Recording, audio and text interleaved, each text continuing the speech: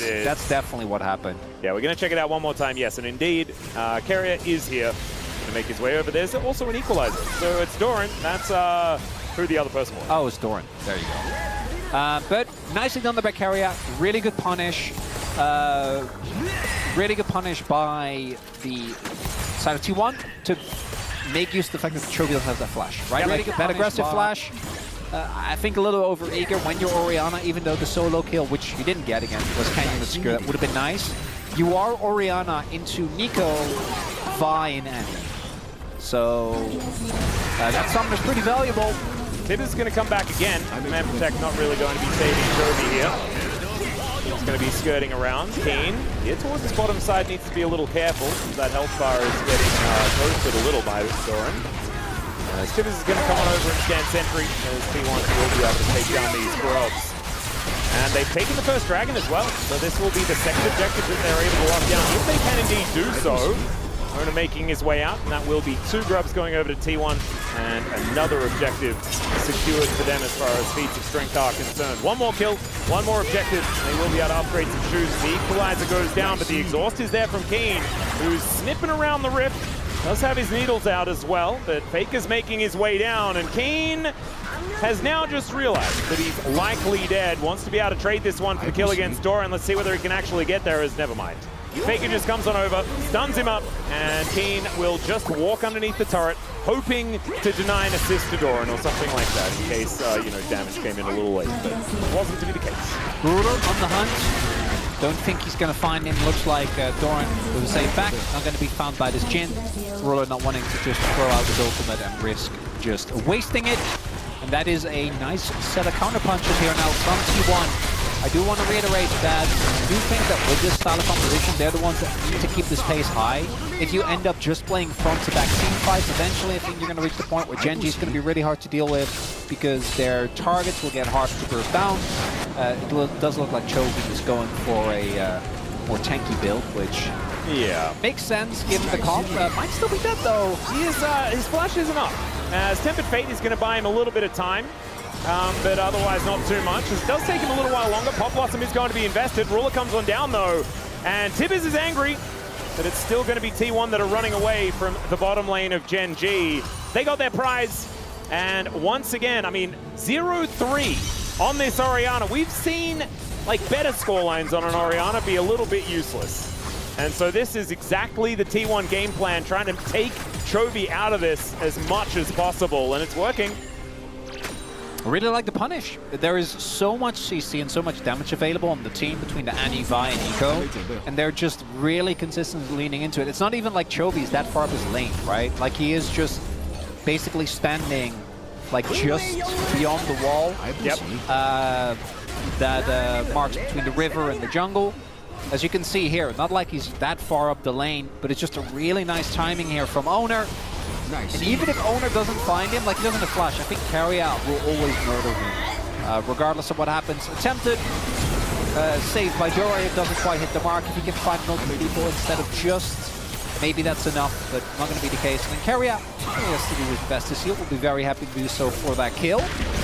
Yeah, Pop Blossom, I guess, as well, but Shockwave's going to come down towards his bottom side. As Chovy, I think, is a little angry. They get the Cyclone as well. That is going to guarantee that the Annie goes down. As Duro, you got to stop this, man. He is just meat-slapping everyone to death, and I think some of the kills would be better on a Wukong or an Orianna.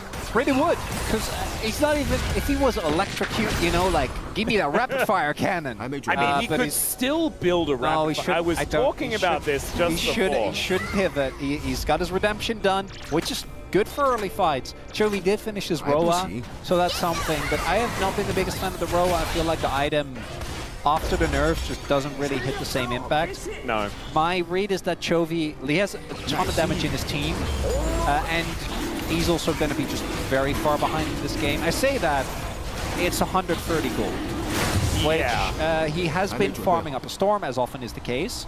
So despite all the attention that's paid, it is still only 130 gold. Which is kind of crazy. Yeah, so ridiculous. That is going to be feats of strength as well over to T1, I'm pretty sure. Yes, it is. As that last remaining objective was taken, they take down the dragon. So T1 upgrading some shoes pretty nicely, and it's a Cloud Soul. Oh, baby, you love to see it. All always T1. They're always so good at getting me McLeod souls. Some needlework down here towards the bottom side, and Faker has just decided that he wants to get out. And he will do so, but looking a little worse for wear as him and Tibbers head towards the top side. It is like a kind of cool 2-for-1 special, isn't it? When you're Annie, you get to teleport your bear up there at the same time. If Keen had an item, he would have just died. I was a little dicey, but wasn't a little.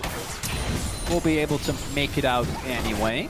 Oh dear, that could be 50 gold over to Chovy as well. Maybe playing Annie into Chovy himself is actually a bad idea, because this puts an extra minion on the map for him. I think this movement, yeah, the movement by Ruler kind of gives away that owner is like, can I take that?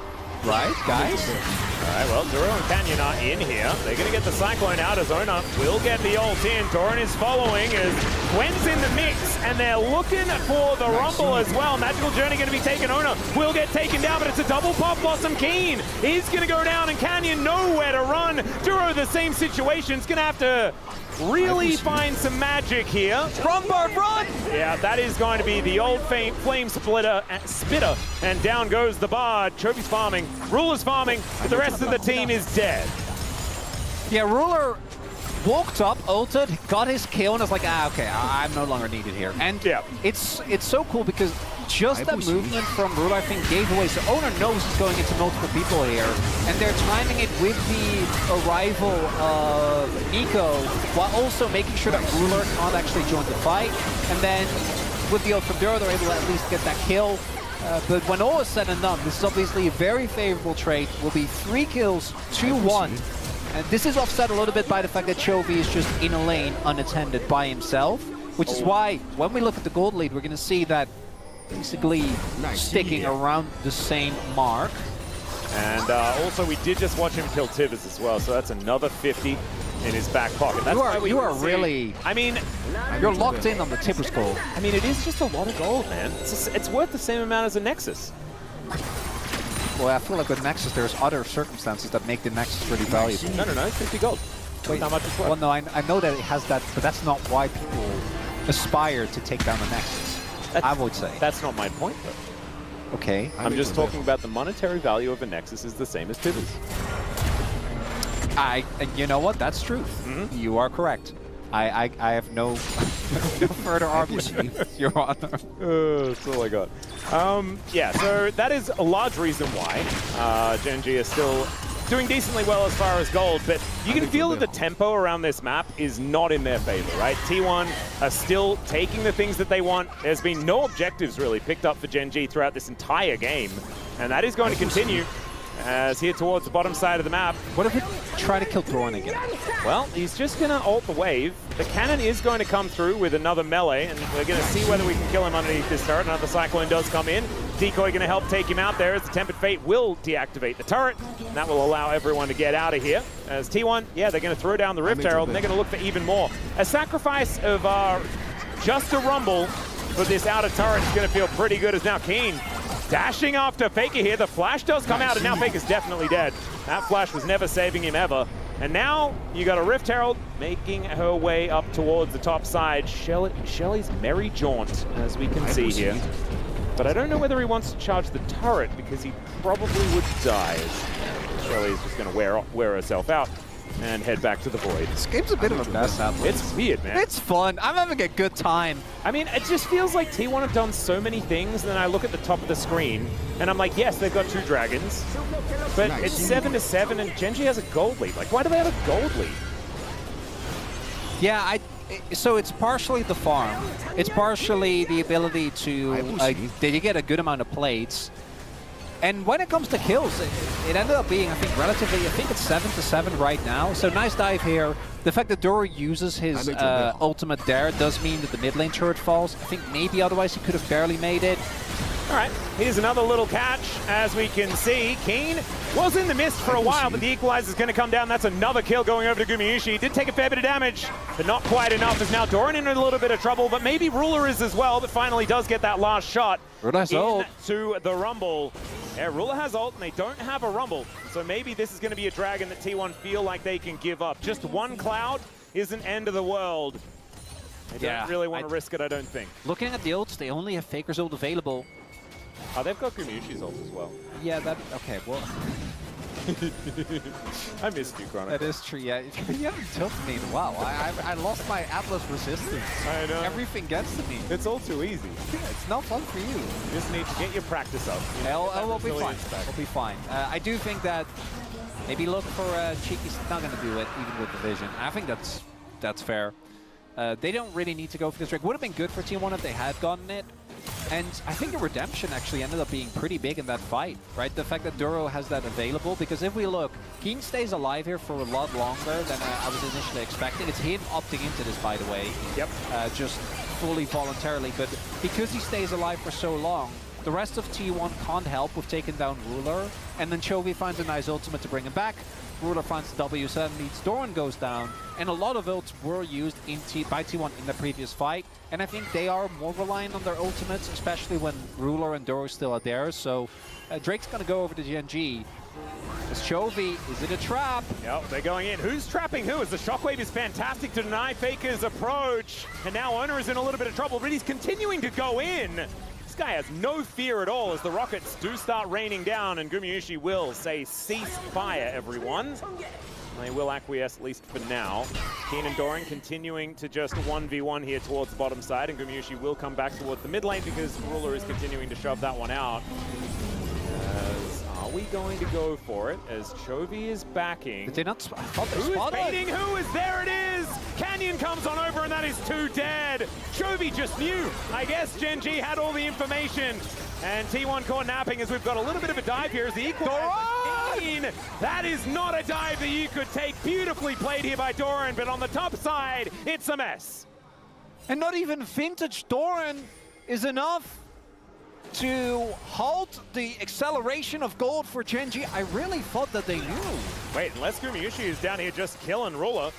Thanks for the chocolate. And he's able to get himself out. Does have, of course, the Ghost Blade. Oh, I want to go back to that. I thought that they spotted them. Like, I actually thought that they spotted them going into the brush right there. Because I think for a split second we saw the display from Canyon. They clearly did it, or that wouldn't have happened. Goes in with stealth. Is able to get the kill. Chovy selling this very well. Yeah. What allows them to... Going on the edge of vision and then backing like that, that was very sneaky. Allows them to get the... And then here, Keen has been playing very fast and loose this game. Really? I like, actually, shout out to Doran, right? So he... a lot of the middle work was actually dodged as well. He rocket belts forward, which dodges the W. Then he dodges the second shot, which would have slowed him and maybe gotten another shot. And then he also is able to, as you highlight, dodge the needlework while simultaneously getting his ult off, taking the team down, which is nice. And which you see a little bump up? Yeah, a little bit of a Doran blip. Yeah, that's Doran blip. But then on the other side of the map, Canyon has been... He's been gaming, Atlas. Yeah, he's definitely been gaming. 6, 1, and 3 on the Wukong, and we saw yesterday. It doesn't take Gen G to make Wukong look broken. Like Wukong when he gets ahead, was it who was it that was playing Wukong yesterday? Cuz, I want to say. It might have been. Cuz is a big Wukong. I think it was. It just looked broken. It just looked really ridiculous, the amount of damage that he was able to do. Now Artican is going to get started up as Gen G looking for their second objective of the game. Well, that's a late contest, Atlas. Oh, they're looking for the angle here as Doran does have his equalizer back off cooldown. This will be difficult for them to lock down as the equalizer does come in. And it will be secured here by Gen G. Good smite from Canyon, although there was no real contest as far as that front is concerned because the Vi was nowhere in the area. Gen G will just secure the highway robbery, and Artican is a big deal buff, man. Like this guy, it's no longer just like, you know, the pedal situation and stuff like that. You just get a whole bunch more. It's a big deal. As you highlight, it also, I think, sets up nicely because that teleport being invested by Doran means that Keen can now get tempo, push out that top wave, and then make his way over towards the contest on the Drake, which would give Gen G another opportunity. And despite everything that happened in the early game and the best attempts to shut down, Chovy is currently sitting on the 2K goal. Yeah, I didn't want to bring that up. Well, we have to. It's confusing. So I think it's a continued, like obviously the farm, because it's almost 50 farm at this point. That is a big amount of gold. He's got, I think, 2 turrets. Definitely got the top side. I think it was there for bot as well. Though? Let's say 3 to 4 tibbers, so that's 200 gold right there. I hope Yundo's back there somewhere counting the amount of tibbers that were taken. The space is going to ensure that you know how many tibbers were taken by Trophy. Because like how many it takes 6 tibbers to make a kill.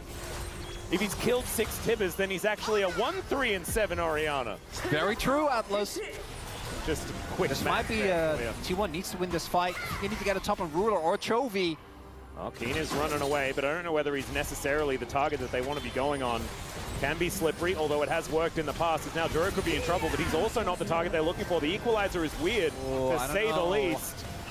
And T1 now without that big tool. The needlework's coming out there. The Pop Blossom is going to connect on a new shockwave under 4 people. Oh no! 5, my God, the Cyclone, and they all explode. It is over. As Genji, they'll take a celebratory dragon, and oh God, T1, that is not where you want it to be. That's a mad movie right there, baby. That's what that was. That was a 5-man shockwave. I was like, surely it's not 5. My brain just refused to believe that was 5 people that are all standing in perfect position to be blended. In theory, it makes sense. It's like Gwen doesn't have an escape. Keen has been playing like a psychopath. If we burst him down, we can maybe play the game. And I do think T1 need to play for these picks. The equalizer being used early made me a little scared, but then the whole sequence of the 5-man ultimate into the Duro ultimate and then Kenya into the Cyclone, just wandering over. Whizzes them up, you know? Puts them into the food processor. We got to see this again.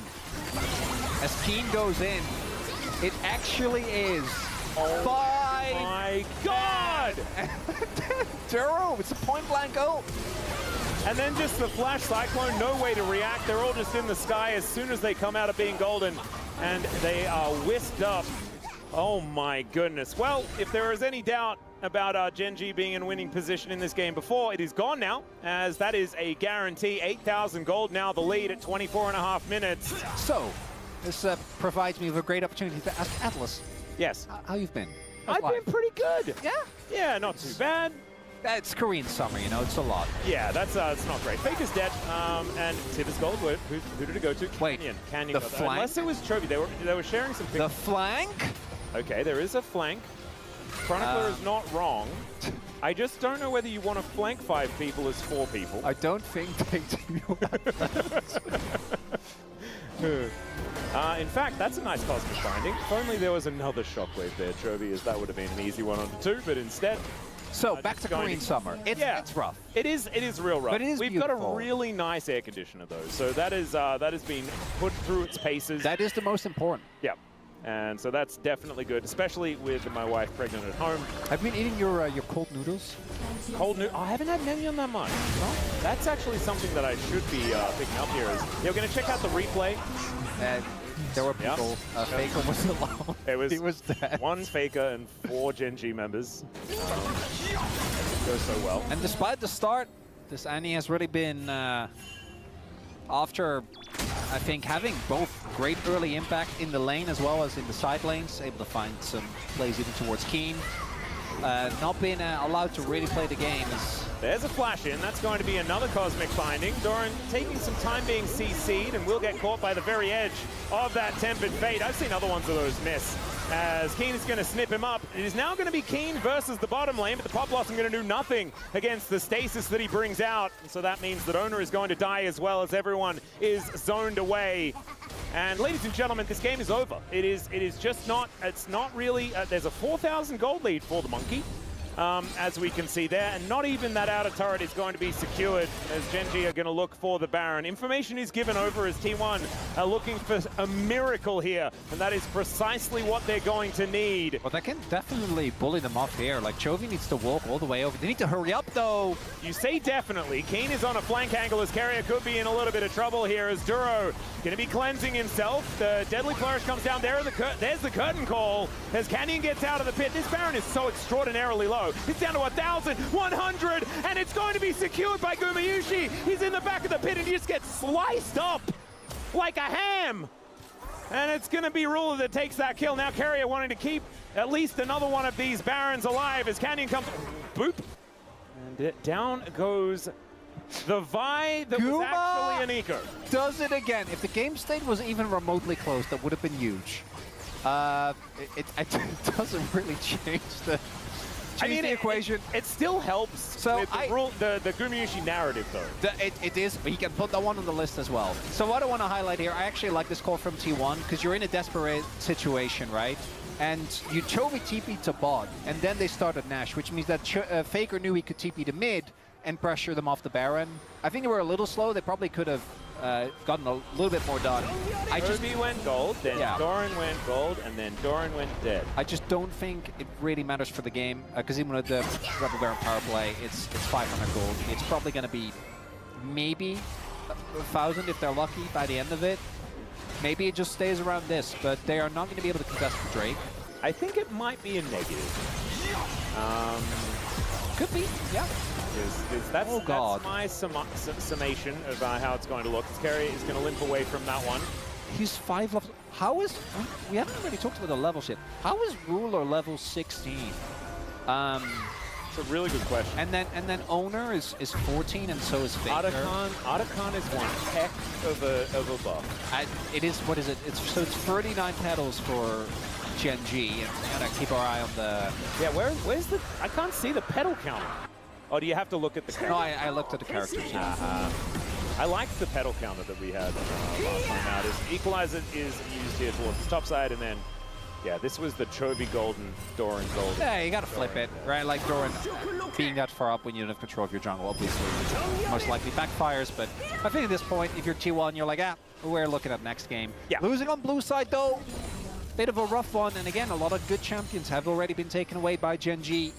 It's a very good point. One thing that we did learn, though, is that even though Gen G have already qualified for Worlds as of their last match, they are not looking to slow down at any point in time. They could take a vacation if they felt like it, and they would still be there for the World Championship, as they have made playoffs of the LCK already. As Chovy is going to throw out his ultimate, but only onto Ona, and then just runs away, has Phase Rush, and is going to get Pop Blossom. They're going to see whether they can take him down, but he goes golden. The Tempered Fate to make people even more golden, as finally is going to get taken out, but unfortunately the trade, I think, is going to be a little too great. That being said, killing Chovy probably feels great, and that's the best they're going to get, because their Nexus is about to explode. Hey, they got 6 stacks off of the Magi's as well. Oh, that is a really good point. Faker does manage to almost take down Canyon here. That was very close. As Carrier is likely going to get booped. That is a decent little Captain Jack there from Ruler, but unable to quite kill him. And so Carrier will be able to watch on as his Nexus goes down. But T1 will drop this one. Gen G looking poised to hit that number 28. 2 main characters for me in that one. On one hand, the Monkey. I've been talking a lot about monkeys for obvious reasons. Monkey? Yeah, but big monkey performance there from Canyon. The other one is Duro. This is something we keep going back to with this player.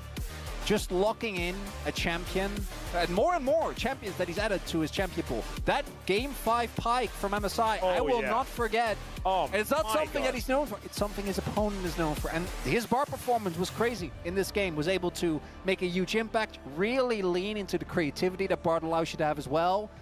And I just think that play in the river was one of the greatest that we've seen ever. And of course, Chovy finding the shockwave was the biggest one, but it's how it comes together. Yeah, and right? the follow-up, the fact that the Tempered Fate was there to make sure that Canyon was set up for, just absolutely exquisite. And you can see, yeah, it was already drifting towards Gen G, and that cliff you can see there, that is... That's a 5-man... That's that little red A there? Yeah. Because we knew before, and because that's highlighted, I think that Gen G was always going to have T1 on the timer. I think their 5v5 is just insane with this composition. I just didn't expect it to happen like an item and a half in. No, I didn't either. Really impressive stuff here from Gen G. They've been impressive for a very long time. T1, though, they have been stalwart. Let's see whether they can sort things out, get back on the horse, and bring us 3 games. Because Gen G, they often go the distance in their series. So hopefully they're generous here for the LCK Roadshow, the T1 home ground. They give us a full free game. We have go for a short break when we get back to space. Gonna break that one down.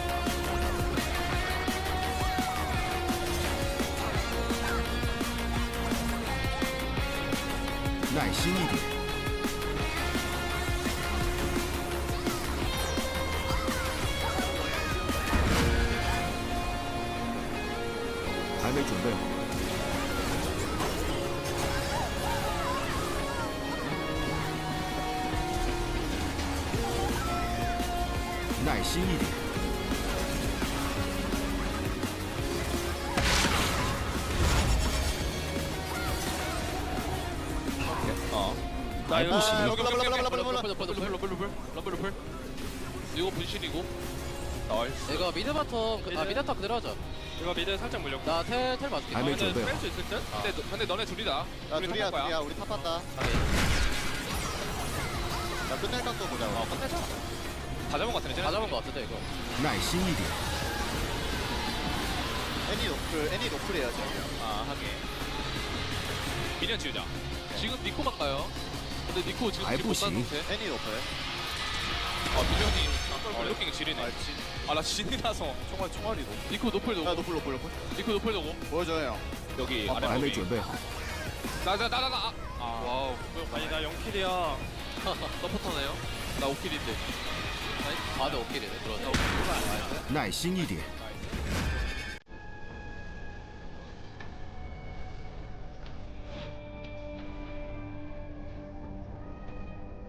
还不行。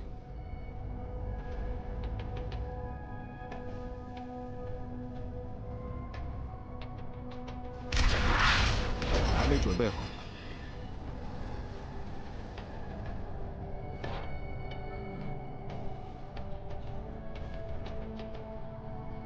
耐心一点。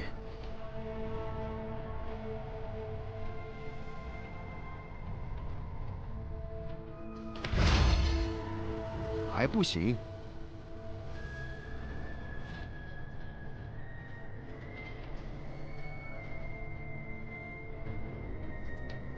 还没准备好。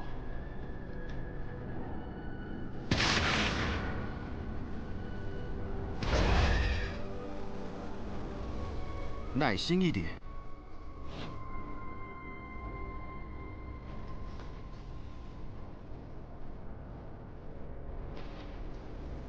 还不行。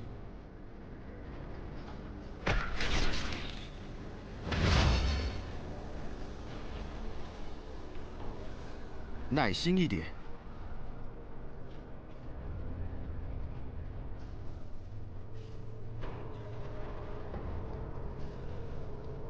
还没准备好。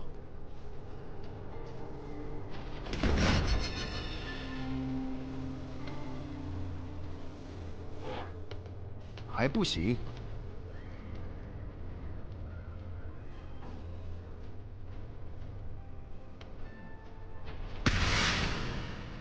耐心一点。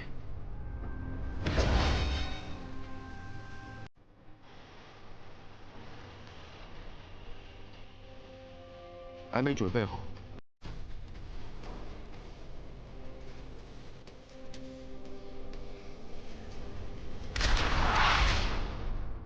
还不行。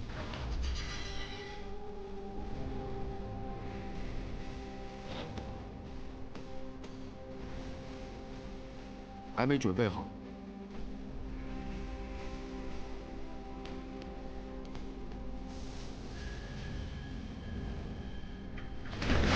耐心一点。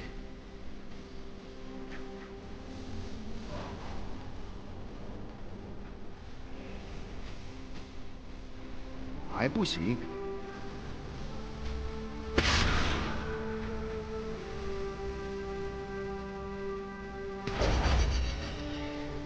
耐心一点。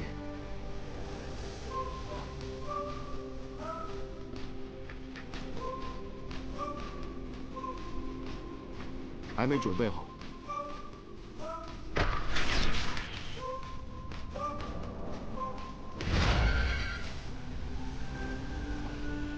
还不行。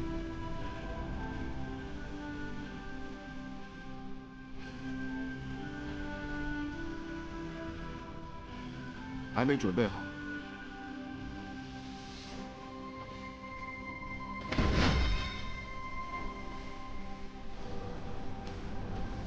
耐心一点。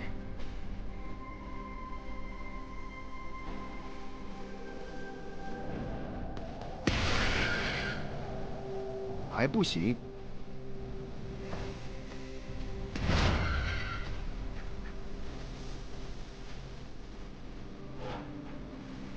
耐心一点。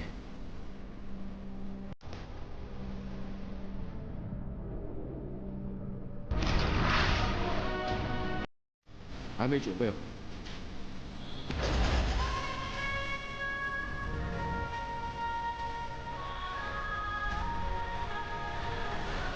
还不行。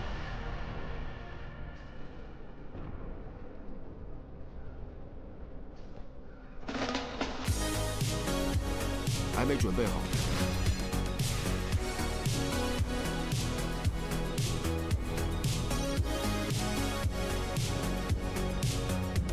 还不行。 Hello and welcome to the space. We are here after game number 1 of Genji up against T1, and that one was kind of even for the early game, but eventually Chovy's Shockwave found them all, and the game kind of just ended from there. I'm Valdez. We do have Wolf and Wadid joining us today. How do you guys feel about that game number 1?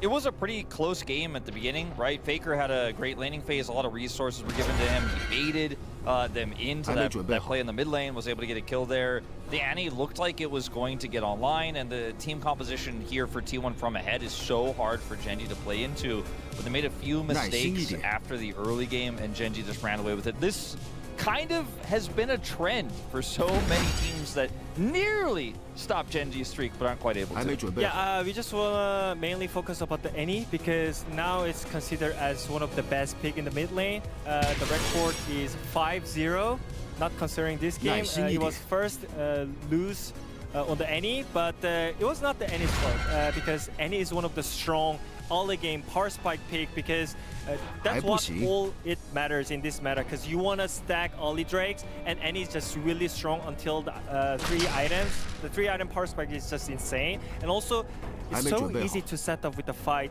with Annie because it's just target CC and there's not many counter plays against any W flash. So that's why T1 could snowball the early game, but they just messed up around the first highlight because they just didn't fight with Annie. Annie's OP, but what's the point if you don't fight with it? Yeah, they took the skirmish the wrong way. They took it the wrong way, and we can take a look at some of the early highlights. Let's take a look at highlight number 1. Actually, 12 minutes in, we had this fight in the jungle of T1 that owners seem to know about and went headfirst into.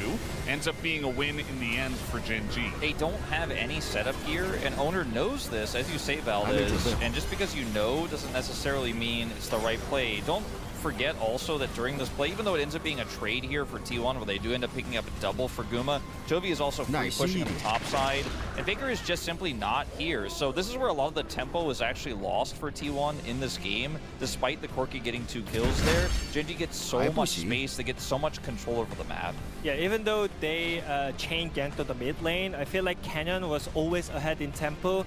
I think just because of the bot lane matchup, I feel like Corki Nico should have priority because Vi was covering in the early game flows, but I feel like them messing up the bot play was kind of bad news for Vi because he was not able to get the tempo back against Wukong, and I think that causes a lot of issues in the map control here. Yeah, it absolutely did, and not 3 minutes later, 15 minutes in for highlight 2 here, the bot dive did come through for Genji, with just added insult to injury here in this early game. This one is the most egregious one for me because you know the game state, right? Like, Keria is here trying to cover but gets cut off. Look where Canyon is. He's like doing topside scuttle or something and ends up going mid and trying to make a play there. just completely gone, right? They end up getting the successful dive there, taking Doran out, and then making the play topside, getting a solo kill. Canyon's not involved in either play, and Gen.G went on both sides of the map as Faker gets soloed by Keen, and Ruler's just chilling. Like, he doesn't have an outer in mid, but he's so far back that the play Canyon looks for there in mid just doesn't work out. And it's just better play. It's a jungle gap here in this first game. Owner, right? For those. Yeah, sorry. Canyon is the one making a successful play. Owner's the one who's, you know, on the top side and then trying to make the play in mid. Well, then we had the highlights to rule them all, which was one of the best highlights maybe all year we're going to get. This was highlight number 3, where Chovy's Shockwave finds them all, quite literally, as everybody just grouped up for it, and he knocked them down. Yeah, I feel like Gen.G was just well spread around. That's why they were kind of... It was really hard to find the angle for the team fight for T1, so that's why they kind of hard forced the fight here. But I feel like just Gen.G in general, they just know where to position themselves, and I think just in general, they just had the better plan in the team fight, and the better plan makes better plays here. Yeah, I mean, that was one of those skirmishes. Obviously, the fight that Valdez was talking about was the big Shockwave with the Bard ultimate layered on top, and then the Wukong ultimate, right? This composition works incredibly well when you have map control. We don't have the highlight visually to show you guys, but if you guys look back at that play, Keria gets engaged, right, just like he did in that play, and it baits T1 in to a really rough spot, but they don't know where everyone's standing, right? They don't have full vision. And with comps like this, I think vision and prio is way more important than gold. You look at the gold graph in this game, for most of the game, it's relatively close, but Gen.G had so much control that the team fights were so hard to play. And Gen.G continue with their streak here. They're going to get the first game. Will they continue with another series win? Let's find out going into game number 2. Back to the casters right now. Thank you very much, gentlemen. Yes, that highlight was actually deemed too brutal to be shown once again. It was definitely enough. It's too much. Yep. We already played it once live and then once in the replay. That was enough, I think. Yeah, we're definitely not going to see that on the Mad movie, like for the next like 15 years. Yeah, there's. I think the Mad movies might actually just as well. We'll just have that one in every Mad movie from now on. Is how it's going to go. I'm looking forward to the Score Esports putting out. No, it's not. It was against Faker, wasn't it? So they probably won't make a video about that one. You've been on fire today, Atlas. You're just starting fights. I'm not starting you. fights. I'm just observing a trend. Okay, there's no beef. I've worked with the Score many times. Atlas, are you familiar with the concept of rage baiting? And this is a rhetorical question because I have obviously I don't have any idea what you're talking about. On the experiencing end of your rage baiting for the last 4.5 years. So I know that you do. I'm getting for a fact. I feel like you're getting, with every passing year, you're adding more tools to your arsenal. You know? I like to try. You know, you gotta add to the repertoire over the years. It's how it goes. But this is, of course, the T1 home ground, our 2025 LCK Roadshow, and T1 needs to win a game to give us value. Come on, that's what we need, right? We want a game free, right? And it's very red in the stadium. So I put this to you. Maybe it's time to choose red side. Because maybe what Gen.G thought was that everyone there, because it was so red, was cheering for them because they were on the red side. What do you think? That's my theory. Do you know what we didn't get? We didn't get a Tibbers counter. Actually, actually, we did. Yeah, very upsetting. I'm actually. I have a how good do you think noise-canceling headphones are? Not great. Okay, well, in that case, I don't think that Gen.G is thinking. Well, no. So not. I think noise-canceling headphones are fantastic, and they've definitely improved throughout the years. They're not good enough for that. For an arena. You can see on your screen. Well, no, that's my point, so they won't know. Because every time Team 1 does something, I assume there will be loud yelling. Yes, I imagine that there will be a fair And I hope we get free games of loud yelling, because I love that's what we do! Exactly, we just got to do some more loud yelling. Okay, we are going to dive into this draft here. As you can see, it's fearless, so we're not going to be seeing any more of these Shockwaves finding them all. Instead, it will be, once again, banned on Talia. Last time around, it was Talia, Aurora, and Galio taken away. And on the side of Gen.G, they took away the Pantheon, the Varus, and the Azir. And I assume they're likely to continue down this trend, as the Azir definitely needs to be banned, given the fact that the Talia has been taken away. But instead, it's going to be a Xin Zhao. So the Aurora up and available. if they would like to take it. And of course, if they wanted to play things like the Rumble, things like the Gwen, that's why you banned the Aurora, and now feels a little bit less necessary. Still do think that Aurora is just in a good place right now if you have the execution. I don't think it's really a type of champion that you can just plug and play into any comp. I think it also requires, funnily enough, I think it requires good execution, but if you do, I do feel like the champion has very little counterplay. Yeah. It's one of those champions where the things you can do with it, if you're good, feel kind of unfair because of the mobility, because of the stealth, because of the displacement on many of her abilities, allowing her to always be out of harm's way. I already wrote in Azir, but instead it's Jarvan. So they're gonna B1 Azir, and then Chovy's gonna like slam Victor. Oh, it's a Yone game. Oh, Sejuani, Yone. Yeah, it feels like it's down those lines. I think those are the two avenues. We're either going to see like Akali, Sylas, or Yone, or we're going to see Victor. I hope it's not Victor. I hope it's not Victor. I really don't think that matchup is anywhere near as good as people have seemingly thought it is. We are obviously... People have been trying to like that snake oil has been on sale for so long. Yeah, but people keep buying it, Adler. I know. And we every time we mention, oh, you got to be careful because if you don't have flash, you'll just get ulted and die. It's like your people and those tulips. You know? It's the value is only there if the people say it's there. You know, and then you create a bubble and an economics crash, and it's just a disaster. And you'd think that history would have learned, but it didn't. Okay, Which is why we have Azir versus Victor in 2025. That's what I'm saying. Yeah, very upsetting. You're the one wearing orange. It's all just that's why out. That's why I have the Netherlands on the mind. Oh, Zyra Khan. Oh, this. I do love me some Blue carrier Zyra Khan. That is good stuff. I do think it's obviously a hard matchup in lane. There is a lot of pressure that will be applied by Lucian Brom. That being said, I mean, this T1 core that they've put together now can be augmented by so many different things, right? Yeah. Like you could throw whatever kind of potato you want on the top side of the map, especially with the jungle already being shown here as the Skarner. Things like, you know, Trundle aren't going to be coming out from the side of Gen G. They're probably going to have to ban one of those away. And in fact, it is going to be the first one. I'm going to say Trundle Poppy. I think those are the two bans. I think that Poppy also goes really well with the Azir. T1 is really good at using it. Even though they can't flex it, I think it's also good into the Skarner. So I would really like for that to be the takeaway. Now, I don't think T1 should ban mid laners here because I don't actually think it really matters what Chovy picks. I think that last game also showcased that trying to target Chovy is maybe not the way to go because it didn't work at all and it was a lot of resources invested and it was obviously not really bothered.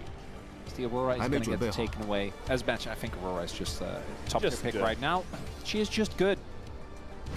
And I wonder whether, you know, the lack of Sejuani that we're seeing on the side of Gen G will deter Chovy from the Yone angle and will make it so that T1 doesn't necessarily have to ban that thing away, as the Nocturne is going to be the other ban. So that Poppy you were talking about is still going to be there. And playing Lucian and Poppy just doesn't feel very good. Outside of that, I guess you're not too worried, although stand beside Brom is going to be a little bit more difficult. We'll see what T1 do decide to go with their final ban. Will it be something like a Yone? They wouldn't be representing very much magic damage at all on the side of Gen G, so likely that is not going to be a look, and it will instead be the Hui taken away. I actually like that. I think playing Xayah into Hui is just a very miserable experience. Victor, as mentioned, I think has a lot of innate weaknesses that just won't make you super happy to lock it in. Other things that outrange Xayah, we're talking like mid-Ziggs, we're talking I think it's Xerath. Ascendant game. I could see that. I think you do have to wait till 5 though. Keen Sante, just slam it. Or he just played he is fresh off a nerf on this patch, but it wasn't exactly, you know, back-breaking.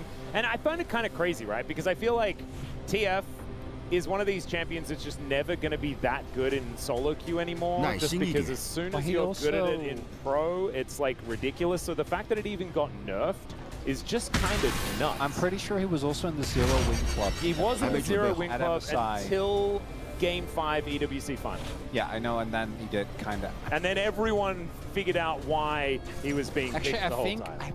I was at MSI. I should remember this, but I feel like either Chovy or Faker did pick it up at some point and did really well with it. But it was like basically the champion was like 1-11. I think Callista was winless. And then TF maybe had one. Yeah, maybe it was played by T1 and Genji at MSI. That would make sense. Yeah. Both of them. I don't know whether it was successful or not. that successful. It was pulled I know out. the sentiment was Jax? that people didn't like it. Jax? Jace? Jace? Okay, adding some range. I like that. One of my least favorite Sejuani compositions, although at least now Rakan does work.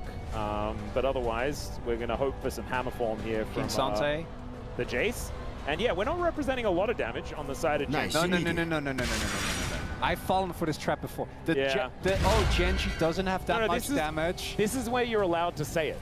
You're allowed to say it now in the draw. Okay, and then when the damage graphs come up, you're like, oh, well, you know, I guess Cassante is actually a damage. So the T1 draft, I think, is very straightforward. This is an amazing team fighting draft. You have decent amount of pressure towards the top side of the map. I think that what you need to be careful for is early on. I don't think your early skirmishes are quite as strong because you have Braum and Lucian, which are crazy good, and then you have the TF, right? So I do think you need to be careful about how you navigate the early game. You can really easily fall behind if you take a couple of bad skirmishes.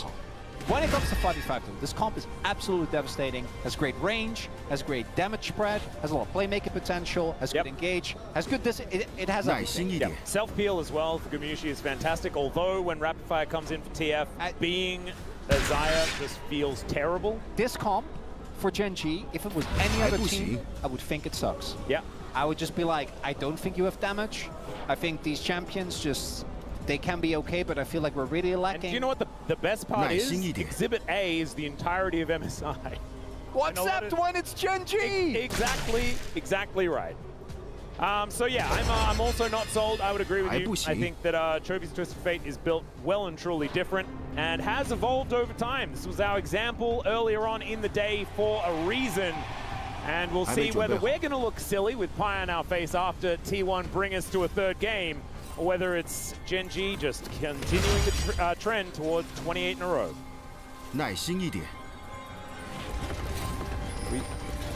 There was yelling earlier. Yeah, I just thought that maybe this time around we'd get there, but we just didn't get there. So it's okay. It's okay. We're still at the yelling. It might have been that we had them like earlier on or something like that, or maybe there's like a time difference scenario. I'm not entirely sure. It's fine either way. I don't need fan chants, alright? I actually, I made a post about this as well during MSI. So there are, for me, say that you have a classic scenario like aliens are invading, and we need a setup that wins us a 5v5 league game against the aliens, right? And there were two duos that I named. So it's kind of like the Moon Stars in Space Jam. Yeah, basically like who would you want when your life is on the line, when everything comes down to it. One of the combos was Guma on Xayah, carry on because I've seen them do truly. The other one was Keen Sante with Canyon Italy. That's a pretty good one. Now we don't have the Nidalee, so I'm a little worried for Genji. It's really what I was kind of heading towards. Yeah, I didn't quite know where you were going, but you did get somewhere. The whole alien invasion thing really threw me. Have you never seen that? It's like a very common Space Jam. Yes. Well, no, but like the sentiment of everything is on the line. Who do you ask to? You know, if I'm so like in Game of Thrones, where like Tyrion asks for us for a second. With your champ, in and save if I was arguing about League of Legends minutia, I would pick Ox as my champion. And I know I would, you know, like in that way. Yep. That's kind of what I'm leaning towards. If I needed someone that would make an argument for why Blast Cones suck, we got Brendan Fellas right there. Yep. I do think that Faker being on Azir is also a pretty good one. That's maybe the list. Maybe that's all you'd need. And honestly, T1 has a large selection of things they're pretty used to playing. Onus Sejuani has been up or down, as Canyon is going to pop into this top lane to pay Doran a visit. See whether they do get a flash, and they do. So Doran is going to make his way out, but does have to use a pretty important summoner spell. Now Keen going to be feeling much better in that lane, although he wasn't feeling great earlier on. Bit of a drive-by here by Owner as he moves towards the top side. Cleared out his entire bottom side, and it is going to be now up to Canyon to head towards his bottom side.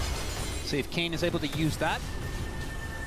The early level is going to be really rough. Post 6, you obviously have a lot more kill threat, so should be looking better afterwards. Canyon, actually interesting pathing here. So full topside player into attempting gang towards top.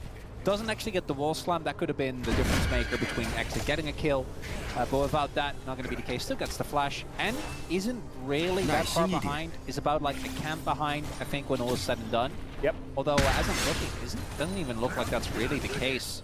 Owner also showing mid earlier on, as we do have Canyon now done with his Grom. And as expected, Duro and Ruler should have prior in his laning phase for the foreseeable future, unless we see anyone on the Genji bot side mess up.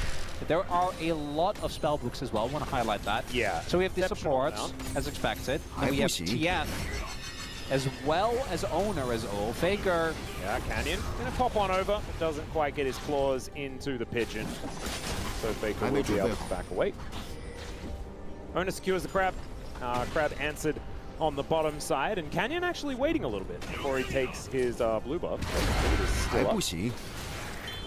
So Owner gonna be popping over now, looking for a little bit of an entry towards Chovy.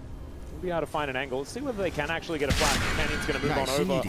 And now they get the gold card onto the Sejuani just to make sure that these red dots can continue to be consumed by Chovy. Stacking that deck over and over again.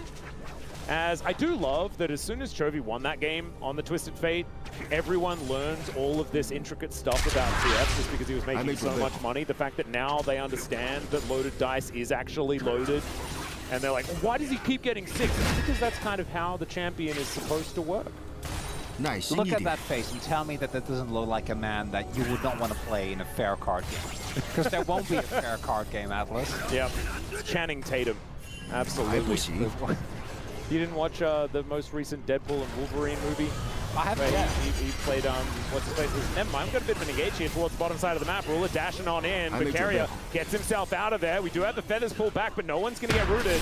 So I believe this will be a stalemate. Do get the concussive blows onto Owner, who takes a fair bit of damage, but everyone on Gen G is looking a little worse for wear. I think now it's time to pull this one back. Okay, never mind. We are coming in for another engage. Canyon looking for a bit of an angle there, throws a rock around, but otherwise it is not too much more. The amount of action there towards the bot side of the map going to be favorable for Gen G. The summoner trade's actually going to benefit them as they only invested the heal, where T1 had to invest flashes for both Kuma and Keria. Yeah, kind of crazy that the flash exchange was that bad for T1 as Chovy throws out a gold card in mid. I think the big thing was that Guma tried to get the recall and build, right? Like if he gets the recall, then maybe they kill Ruler, but he used his flash, wasn't forced, was voluntary, and did end up costing. And if you had have got Ruler's flash for it, which is often what you get going for those plays, it could have worked out as flash does come on through. Chovy utilizing his as well feels a little bit less punishing when you can exchange that for a new summoner spell. The teleport comes in from Dura, making his way back to lane. Feels like it's a more action-packed early game, but we've had less kills. It's kind of interesting. It's been Canyon. Canyon actually been one of the biggest criticisms we've had for him for a long time is that he is just not that active. Keen. Yep, Owner gonna get that flash. Nice. And Doran's just about to come back off cooldown as well, so a kind of big deal as the Jace will have even a flash advantage on top of the fact that he is having a real good time in lane. So Canyon's been very active. Well, the biggest piece of criticism for Canyon, obviously, often is that he isn't that active. But he's been matched by Owner, right? Owner was there in bot to counter the gank timing. Owner now forces the flash towards topside. Yep. Also has been hovering around mid. We are seeing a bit of a problem developing though, which is that, as you highlight, like TF should always be ahead. Probably shouldn't be 2 kills worth of gold 7 minutes in. That is a little bit ridiculous. Yeah. He's just having a good time. Does have his ults. Yeah, I don't think you're killing Keen here. Like, the amount of times we saw Keen, okay, he's gone all out though, as now the Destiny coming towards the top side, and yeah, the Sejuani was here. but she can't save him from that. That is first blood going over to the Cassante, and now King's life is way better, yeah. Canyon in position towards this bottom side. They do have vision, they know exactly where he is. Oh, there's cleanse and heal as well. Yeah. Okay, let's see whether Grimution can keep himself alive. No, Faker's roaming as well. They're like, no. Yeah, not worth it. Trophy has a Rod of Ages at 7 minutes, 8 minutes. That's none. So he'll have that one stacked up. It's going to be low value though, guys, because of course the later levels, the more valuable ones to get, and he'll have it fully stacked before he gets to those later levels. That was first blood. You're a glass half full kind of guy. I kind of love it. For T1, and that was a glass half full for T1, and that was sarcasm because Genji are pretty happy with the fact that he picks up a full item. It's also the one big lead that they had was towards the top side of the map, and that kill on Keen was a big deal. You know how you were saying it's 2 kills worth of gold? Yeah, it's almost free. Yeah. So that's the thing. We don't really need to. We'll circle back and we'll have a bit more of a chat about further down the line. It's always what do you actually get out of the lead, right? Like, yep. But as you highlight, starting to stack your Roa early, I think is really valuable. Just having a full item in general, compared to a Faker who's only sitting on components, is a big deal. The grubs were spread 2-1. 1 for Genji, 2 for T1. Yep, and also like for Twisted Fate, you just kind of want to get to your rapid fire cannon and your Lich Banes and things like this as quickly as possible. I feel like his build adds so much utility to his kit along the way. And so the acceleration in gold really going to be very helpful there. Something we've been talking about for millennia, is what it kind of feels like. Because he's been virtually unchanged, right? Yeah. For the longest time.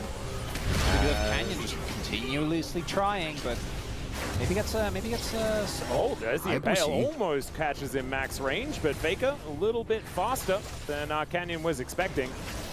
Faker is still at his ult as well, so I think Canyon knew, like, if he flashes, it doesn't really do anything, he just wastes his flash.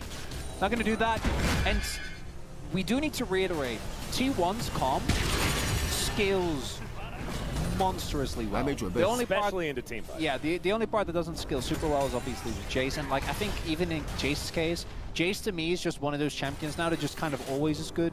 Like Oh, gonna get exhausted here as he does cleanse it. Carrier looks for the charm, but he gets the flash instead. And honestly, I think T1 are gonna be pretty happy about that. That is 2 summoner spells for the price of none. Yeah, big mistake there from Ruler, because Dura wasn't around, so he had to play a little bit more safe, did not do so. We do have Canyon maybe looking for a play towards bot side. Kuma has his ult, but I think there really is too big of an angle here. Yeah, there's a little bit of a knock-up on the Canyon, but he's immune to damage is what it looks like. He's got 2 belts, so his pants are well and truly held up. Maybe he has like one is the pen, and the other is like over the chest, like one of the cool belts. I mean, like a technical with this belt. Skin, you don't even have legs. So I don't know what the pants are doing, but he does have 2 belts for them. So it's double cross, you know, like across the chest, and he just has like a bunch of. Oh no, he's got 2 belts because you need 2 belts around the caterpillar track things that he's got. Oh, it's it all makes different sense. kind of belt. Oh, yeah. I was just thinking about the wrong belt. I'm sorry I didn't back you up. Yeah. Actually, he can have 2 more belts because he also has the things on his arms. All right, so we need to build more belts.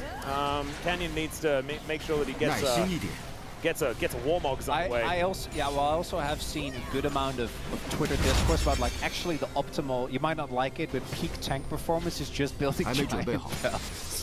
Well, then it also makes sense because he needs so many belts because he's a machine. Yup. It's glorious. Well, Destiny is not exactly kind to Doran here towards the top side of the map as Keen's going all out, Troop's going all in, and Doran is real dead. That is kill going over to the Twisted Fate. And we were talking about a kill worth of gold. Well, he has that now as Flash is going to be invested here by Duro to get himself out of the way of the Emperor's Divide, but he's still moving forward. Ruler lit on fire here as Owner comes on over with a summoner spell that he didn't have at the beginning of the game. Love that. Owner with the Aura Ignite. You love to see it. As Truby has now parked himself on the top side of the map, and he's going to look to take that one down. That should give T1 a bit of an angle towards this dragon. Bit of a check-in when it comes to feats of strength and how we're doing there. If T1 do manage to take down this dragon, then they'll only need another objective to be able to lock down that portion, as Genji 1 kill away from the feats of warfare. And Chovy's getting to work on this turret to the point where we might need to be talking about first turret blood as well. I don't know whether he's going to take it on this push, because that is going to be a Chemtech Dragon. Keen finding a little cute, and is going to be eating a bunch of CC and feeling happy about it. As Doran, not again. He just got back. He doesn't want the dying spree. Not a dying spree, as that's a bit of a drive-by. It doesn't quite work here for Canyon. As Chovy does find a blue card, but I'm not sure about that one, as Doran's going to be able to take down the Skana, and it's a disaster here for Gen G as T1 even out the kills and well and truly strike back. Carry up the hero that Doran needed, making sure that his top laner stays alive after these continued dives. And now, all of a sudden, T1 is winning on multiple sides of the map. We're able to push in and block, bullying Keen off the turret as Chovy. Yeah, this is a big deal if they can lock down this kill, and they got 3 people here. He wants to deal with the minions that are in position as he flashes away from his turret, and that is going to mean that he's dead. Cute little gold card towards the end there, but not going to be able to get too much. He still has a massive gold lead, but he's now not on the map. And Gen G kind of falling apart at the seams. We were talking about the feats of warfare that Gen G was so close to getting. T1 just claimed it, and now they just need to get another dragon, a herald, something like that. They'll be sitting pretty. Bit sloppy there for Gen G, because they could have called this off, I think, the moment they spot that Rakan. Yeah. But instead, if Canyon just flashes out instead of trying to prime with the ultimate, I think they just get out instead and they're fine. But they try to actually make it work. Timely arrival from Guma to catch there as well, and then I like that T1 also. They know where everyone is coming from, right? They know that Duro, the existing spawner, as well as Lucian, so they can just dive Chovy there. And T1, on an even game state, I'll take them anytime. Every time. The amount of damage this team has is incredible. And we have seen good displays, and I think it can be done. It's very poke heavy, right? You just gold card, do some poke, back off. Yeah, and you can play it in a 1-3-1, things like that. More of a low one, I guess. There are ways that by default, if you're T1, you get the 2 items, you get the 3 items, you're going to be feeling amazing. You're going to have intense amounts of damage. You're going to have, I think, as long as you actually stick together, not a lot of weak spots, not a lot of people that are easily targeted, right? There's a little mobility, there's a little easiness, really only Doran can be found, and Harry, I don't think they're going to let their body go down that easily. Just have to see if they can find some of that magic, or whether this is indeed going to be that 3-game series that I think we all want, like that, especially most of them. As they are all there in the stadium. Let's just see, as Gumyushi taking a lot of damage there, and in fact the culling comes on out here from Ruler. Only going to be blocking that one, but Gumyushi is out of this fight now. Does have to eat the honey fruit. Chovy has ult. Gotta be a little careful. Yeah. Probably doesn't want to use it, because I think Chovy prefer just to be parked in lane. Does actually throw out the Destiny. Hasn't gated around just yet, as the gold card does come on through, but that is a big cooldown that they now take as he makes his way back towards the rest of his team. Gumyushi does have half of his health bar back up once again, but Canyon has position now on this Rip Herald. It looks like Gen G might be the ones to claim that one, as Ruler parked in mid is going to put on that extra pressure. Are they actually going to get it off that? Kind of ridiculous. BT1 is still going to look for the contest, and look, Faker making his way over. Yeah, let's see whether the pitching can find the angle, as the Glacial Prism doesn't quite get there, as now Chovy gets the gold card onto Faker. And now for the rest of the fight, Canyon going down extraordinarily low. There's the jungler out of it. Emperor's Divide not really finding it, but it pushes them out of the pit as Keen. He's gone all out, but he is, in fact, all out. Double knock up there from Carrier as well. Looking fantastic. Ruler frontlining, doesn't want to, as he flashes to get out of the way. And that is Faker on the board with a kill onto Duro that he was looking for before. And Chovy not going to get hit by that grand entrance, but I still think he's in a bit of trouble here, as Ruler wanting to try and catch them off guard, as another gold card is locked in. Wildcard's actually hitting all of them there, as somehow it's Faker that managed to just take down Ruler. Chovy will survive, and T1 limp away. But T1 going to be happy with that one.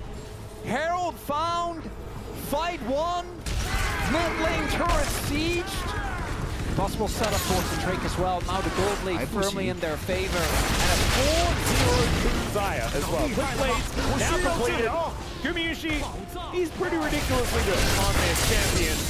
And let's have a look at it once again. Right, you know, it's on all sorts of different fronts. The T1 play it modern. The big thing for me is that Faker zones out together with Guma at the start, 3 of the members of Gen G. And like, despite some true Keen Sante heroics, he can't actually 1v9, right? Like, that's not a thing that you can do. So he does get taken down eventually by Guma, by Doran. So the setup of the fight is really nice for T1. And if Genji can't actually blow up a member individually or both away, we do see their comp struggle a little bit as Ruler and Chovy try to clutch this fight out. For Guma, not afraid, finds the kill. That's now another Drake going over to T1. Thus far, we are looking good. Although Doran might be caught. It's a really awkward position here as Canyon walks over the wall. They get the information here with the Destiny as there is the Glacial Fissure, and all the Emperor's Divide by Faker is glorious as they lock down Chovy. They'll also take the Skarner as well as Gumayushi in a little bit of trouble here as Keen manages to get one back, but it's only on to Doran. And T1 are now chasing down the remaining stragglers of Gen G, and they do it so well with this composition. There's the culling. It doesn't really do too much of anything at all as the permafrost not going to connect onto Dura there, but he has to blast it out of the way. And they'll trade Doran for a whole bunch more here. As T1 moves to 10 and 4. Gen G's tenacious. The T1 is getting the better end of them anyway. Faker having big impact on this Azir. Consistently finding the plays, and despite the goal, despite the way he's dwindling. And that goal lead for Chovy is now down to 700. That was more than half. It's kind of ridiculous. This is the dwindling gold lead. Oh, that's the gold lead. Well, there was a lot of dwindling gold leads as we highlighted. It's very nice to get a hit like Chovy, so he's just dying there. Even if he hit more people, I don't think it really does anything. He's going to get the wall slam. That is fine. And then here, there's the attempt, but I actually think this from Keen doesn't quite hit the mark. I think he probably was looking to drag it over the wall, like into the pit, and play from there. Gets his feathers on the cooldown. Right at the wrong time. But also the fact that he drags Desire towards his team, right? Not what he was looking for. Also good hunt there from Guma. I think that might have been just allowing what allowed us to reposition in a way that made that play work. Right now, things are looking really good for team number 3, Atlas. T1, the only thing they need to ensure is don't throw out Otacon. I think that's really it. You have an incredibly scaling composition. Be careful about the side lanes. Gen G do still have a lot of burst on single members. They can zone someone off. But you can see, so T1, they're deathballing. I think they should. Yeah, it's working. Carrier does move into this tri-brush. They get control vision in the area. The Otacon, this is just gone. This is going down. Right to head over there. Vision is paramount. They have none of it. So Gen G just going to settle with an outer turret in mid. Carry out the Zion, Rakan. The team fighting of these two has been incredible. For this, as Zona comes on over, they clear out the wave. Gusset blows, and nothing really happens here. Just cleanse of air. Come on, you gotta trust your buddy. Dura would never let that hit you. I mean, the hitbox of the Glacial Prison is a bit funky. It's so about maybe that was Atlas, it's about trust. If you ever tell me I'm gonna catch that skill shot for you, yeah, exactly. I would trust you blind. I'd probably die because of it, but it'd be worth it. And I tell you, you should have cleansed. Anyway, T1's going to be able to secure their blue buff now, look to put more pressure on the map. And it's so hard now as Genji's composition to play the game. Because look at Church, he's running away from the minion wave. That is precisely not what you want to be doing. As the Twisted Fate, you want to continue that pressure as much as possible. If you do have control of the map, then you can utilize it. It's just rough. Now you're getting perma-slowed by the Azir. There are 3 targets you need to deal with because all of them have enough damage to carry a team fight. They're great front line, great engaged, this T1 composition. I think we saw in the early game what could go wrong. Some of the picks kind of highlighted how Gen G would like to play. But here, I think we're going to need to see both a crazy Gen G team fight, and I think it comes down to, does Guma live? If Guma gets taken out somehow by the Keen Sante, or Chovy finds a crazy flank, maybe that can be something. Realistically, T1 should be able to get themselves to Soul Point here. I think it's the Soul the biggest deal. Not really, but for Gen G's comp, trying to actually shoot for someone with extra damage.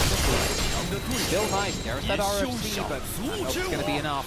Trying to get himself out of here. Does manage to dash. Percent of his health is now missing. It's a tough one as T1 continue this relentless pressure. Chovy has found the lane, but look at this. The poke on the ruler is just kind of gigantic. The rest of T1 just continuing to push forward. They'll take down this inner turret very comfortably with 4 members. And Canyon just not quite here in time, trying to alleviate anything as Keen comes on over. And is trying to defend against Faker's push, but it is unrelenting. They'll take a lot of damage here from the Keen Sante. The fight is going to have to be employed. That means that T1 do not have that if there is going to be a bit of a team fight. The Glacial Prison also was thrown out earlier on. As Mario looks for a bit of an angle here, gets the numb onto Chovy. T1 really hard committing. It's a fight for a drop, guys. There's the Destiny, and okay. Chovy thinks that this is maybe an angle. Shifting sand does get Faker out of there, and remember, this is 3 items onto Chovy now. Maybe it's an opportunity, but you can see the culling just kind of hitting the air, and now T1, they can back away if they'd like to. Would they like a team fight? That is our question, but without the Emperor's Divide, perhaps they do not want it. Well, Genji is slow playing this. Do have Doran probably looking for a base and immediately TPing back. There's a good amount of flank angles behind them.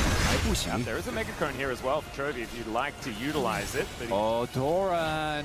Yeah, there is the teleport in as Doran diving on top of Keen here as Chovy holding onto this gold card for such a long time. Carrier comes on over, and there is the all-out. It is going to be the secure on the Dragon with that unsealed spellbook from Duro as Canyon's just going to drive his way out as best he can. Down goes Doran as Genji. They slow down Carrier as well, and I don't think he's long for this world as the Ardent Blaze will be able to tag him, so he's not going to be executing himself just yet. And so Genji able to deny the soul and will also find themselves, could you call it a fight? I guess you could call it a fight. I'm kind of in awe that worked. I guess it's the power of no Emperor's Divide for a while. So there's a lot of layers to it. There's the, Chovy might be dead. So there's the power of no Emperor's Divide. There is also T1. We keep talking about how good their fight is. That is in a front-to-back scenario where you have Owner and Carrier standing. This is a skirmish. Like, this is a broken-up, messy fight. And Genji are simultaneously forcing T1 to respond to Dragon. Because if T1 fully commit to either side, I think they have a large angle to win the fight. Even without the ultimate. But instead, Chovy and Keen are 2v2 Doran. They're going to win that. Right? Like, between the TF and the Keen Sante, that's the other end. If it was any other Cassante, that would have been a very good fight. Oh, I think that might have been rough. But maybe not just. Don't remind me, bro. I don't want to. That's like a whole nother conversation. I don't. He's in the LEC now, you know. Which is nice. He's sliding, you know. Well, let's not talk about unreliable. Okay, it's too much. But you can teach us that Crump is important as Genji startup match. Yeah, this is what they learned from T1. Just Nash. They just start up the back. Chovy finding an angle. Or did T1 find a Chovy? Chovy kind of knew that this was what was happening. He doesn't have an art so he's just dead. Now his weakness goes all over the rest of Genji. Can they find it? No, they cannot. The Emperor's Divide throws them into the mix. And now Owner trying to dash his way out. Ruler is doing a decent job, but Gumayushi just getting on in there. My God, he slaughters them. It's a triple kill for the Dire. T1 saying, well, I guess we'll take a Baron. Maybe if you have Flash and Zhonya's Chovy. Oh, Kane's gonna die, isn't he? I've seen these before. Jonah Strong, I know what's coming. Hey, no, but he got the Raptor. Actually, I don't even, like, Doran doesn't have a whole lot of health. No, actually... If it was just Doran, he didn't know that it was just Doran. He has a lot of whisper. It would have been fine. Huh. My only read is, like, I don't know. Like, because you know where everyone is. Yeah, it's not even like he teamed. Yeah. You know where everyone is. And this is the front to back. Look at this. We have Yuma taking this damage. Owner and Carrier at the front. Then a beautiful opening. And then Bruno actually does take down Carrier. He's trying to make it, and then Yuma just flashes in. Does a really good job. Gets all the damage out. I think Faker's disappointed that Trojan died so early because it was a 5-man shockwave in game 1, but there were only 4 alive. Completely unfair. It would have been 5 if Chovy hadn't have just sort of gated his way into death. Okay? So we'll give them an even on that Yeah, front. it's classic Chovy, you know, he's just calibrating how to make more plays. That one is going in the data set as not it. Yeah, it was not quite it. That was not it. I do think it was already a Hail Mary, right? Starting the Baron in the first place, trying to look for that turn, but he can make the play now. He's got his arm guard. Well, the game is done now, so I think the game was already in a rough spot.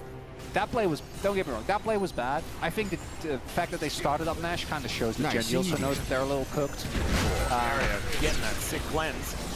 Yeah, this game is looking mighty open, and I love that, Atlas. That's good, because that means a series which I love. There we have gotten max games for Gen G T1 in what, the last... How many has it been? Because it was the two at MSI. So it was both at MSI. They didn't face and road to MSI. I think round robin 2 was a 2-0. I think round robin 1 was incredible, but round robin 2 I remember being a bit of a letdown. Yeah, it wasn't super hard. Not this one, Atlas. Not this time around as we move into our first ever round 3. So we get a zoom in on the gold card being collected by the bird that was flapping away. So that's not going to eventuate in anything at all. Bounties now up and available here if Gen G can ever get out of their base. But I just don't know whether that's ever happening. 20 seconds on this Dragon would be soul point for either team. So they don't have to play for the next raid because they got the last one, which is nice, thanks to Duro's Smite. But maybe they will anyway. Well, I hope they don't, because they're also playing it. But to what end is what I ask you, Atlas, because like dead Nexus. Well, do you really want this game to go, like, what are you playing for? There's not... Normally, in these type of situations, there's like... I mean, that's a much deeper question than you may think, because this team's already qualified for Worlds. So, what are they playing for, Chronicle? To keep the streak alive! Yeah, but they've been in interviews and they're like, yeah, we don't really care, we just want to play well. Yeah. No. Which I tend to believe. I mean, these are competitors. If they had the mindset of, I guess we take a holiday now, then they wouldn't be the players they wouldn't be on the streak, yeah. There is also, that statement is then always followed up by, we just want to do well at Worlds, which... that's everyone. Yep. That's how it goes. It is something that they haven't quite managed to achieve just yet. Need a Hail Mary here. Maybe a multi-man ult from Canyon. Otherwise, we go into game 3. Oh, there's the Destiny to come in there as they found Canyon on the flank. He only gets Owner with the ulti. As now Gumiushi is in a little bit of trouble, but he's got the Featherstorm. He's buying so much time. And the Emperor's Divide to get him out of there as well. Ruler is the one that's down so low as they trade 80 carries. As now Keen dives in, but he cannot pick anyone up. And it's Doran finding his revenge. He'll also get cleansed. Everything is fine. And now Chovy and Duro versus the world as the teleport to get Chovy out of there will be interrupted by Owner. As Doran says, yeah, we are going to a game 3, and I'm going to take us there by destroying these Nexus turrets.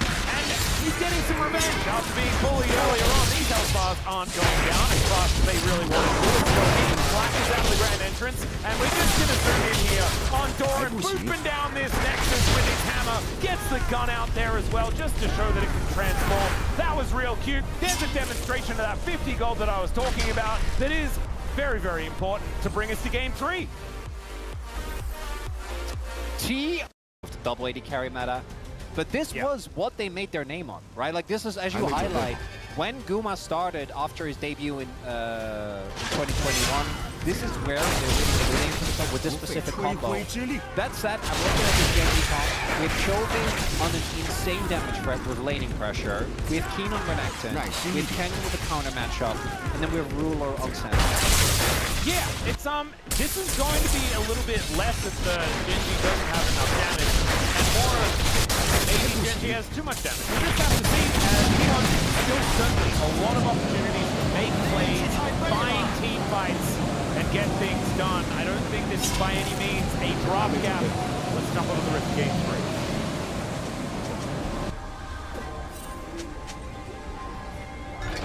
Yeah, I needed to give them a chance, right? I need to give them a chance. It might be happening for all we know. And also, I had it like ringing in my ears. I don't think this is a draft gap, but if I was to be honest, I don't think it's looking as good for T1.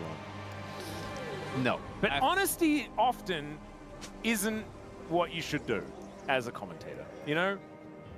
Sometimes it's got to be about, you know, making sure that you have the right amount of hype on both sides. What we really want as a commentator is that afterwards you go, you know, and then you get called bias from, if you get bias from both sides, that way you know you smashed it. Yeah. Right, that's always what you're looking for. Or you've ping-ponged too hard. That's the other way.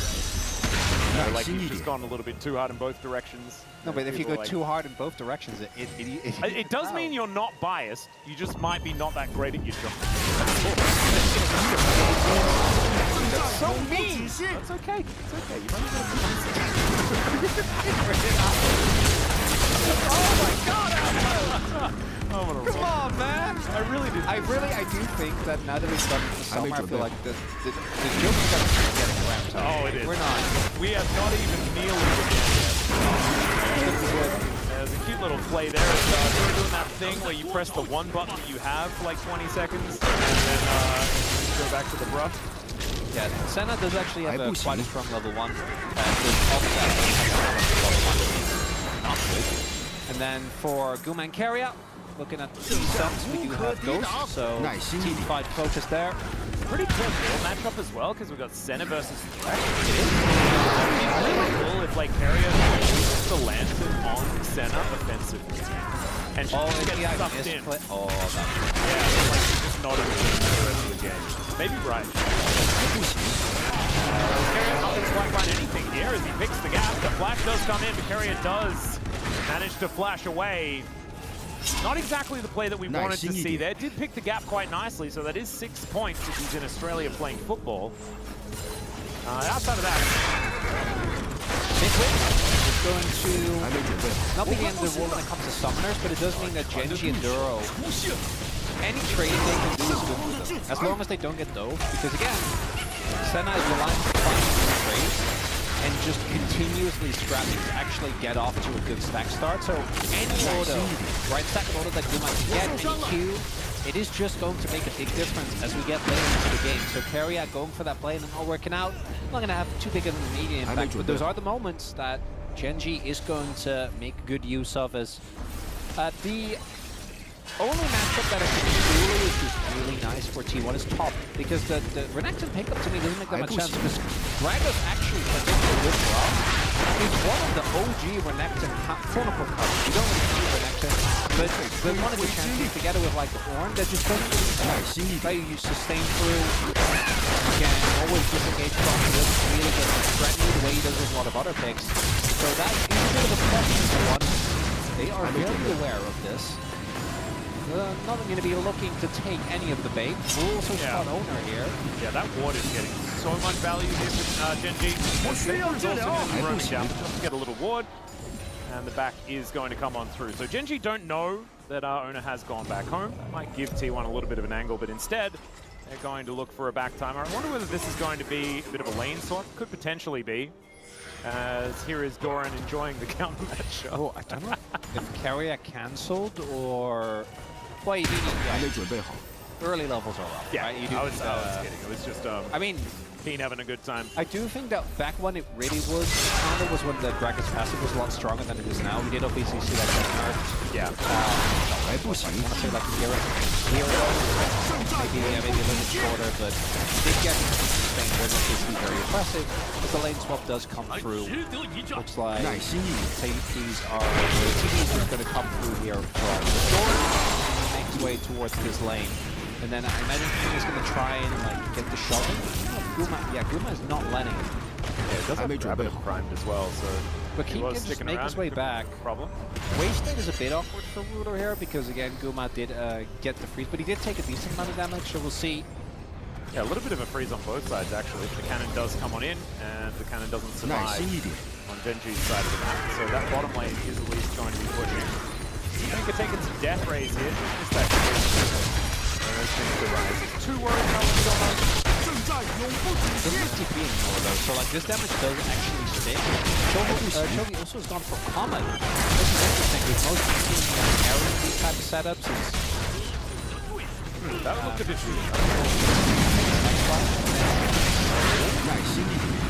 Okay. Gravity Boys a little bit. That was a Hex Flash. Yeah, but before that he was just in the Hex Flash animation, just kind of you're just partying. Zoning around. Yeah, partying. Party fresh. And honestly, when you take Hex Flash, if you haven't just used it, it's available and you're not just using it, then you're making a mistake. I don't know enough about fresh skins, but like, imagine surprise party Fiddlesticks, but it's fresh. And like, his lantern is a piñata.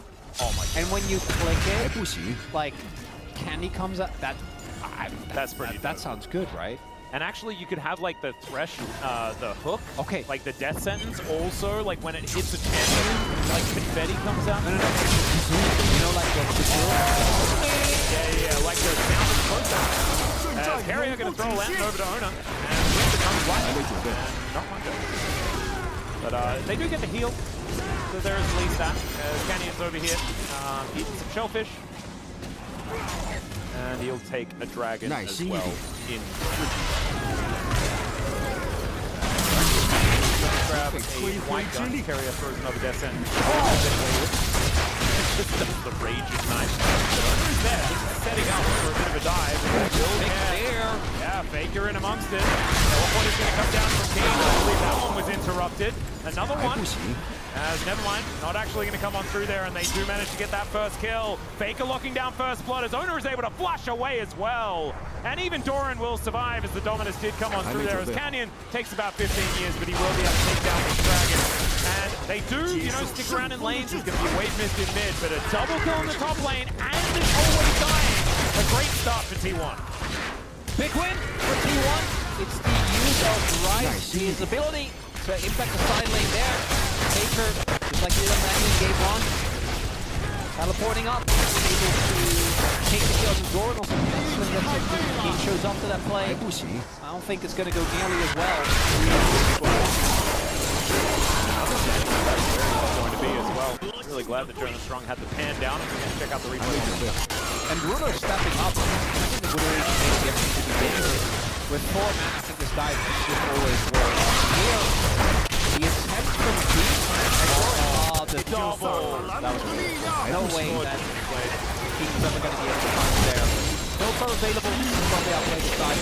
Instead, he would have taken the bet. Would have been no problem at all. But he's clean with it. Yep, they also take two tower plays as well. Yep. And Gumishi now, with that Moonlight Vigil, going to move up.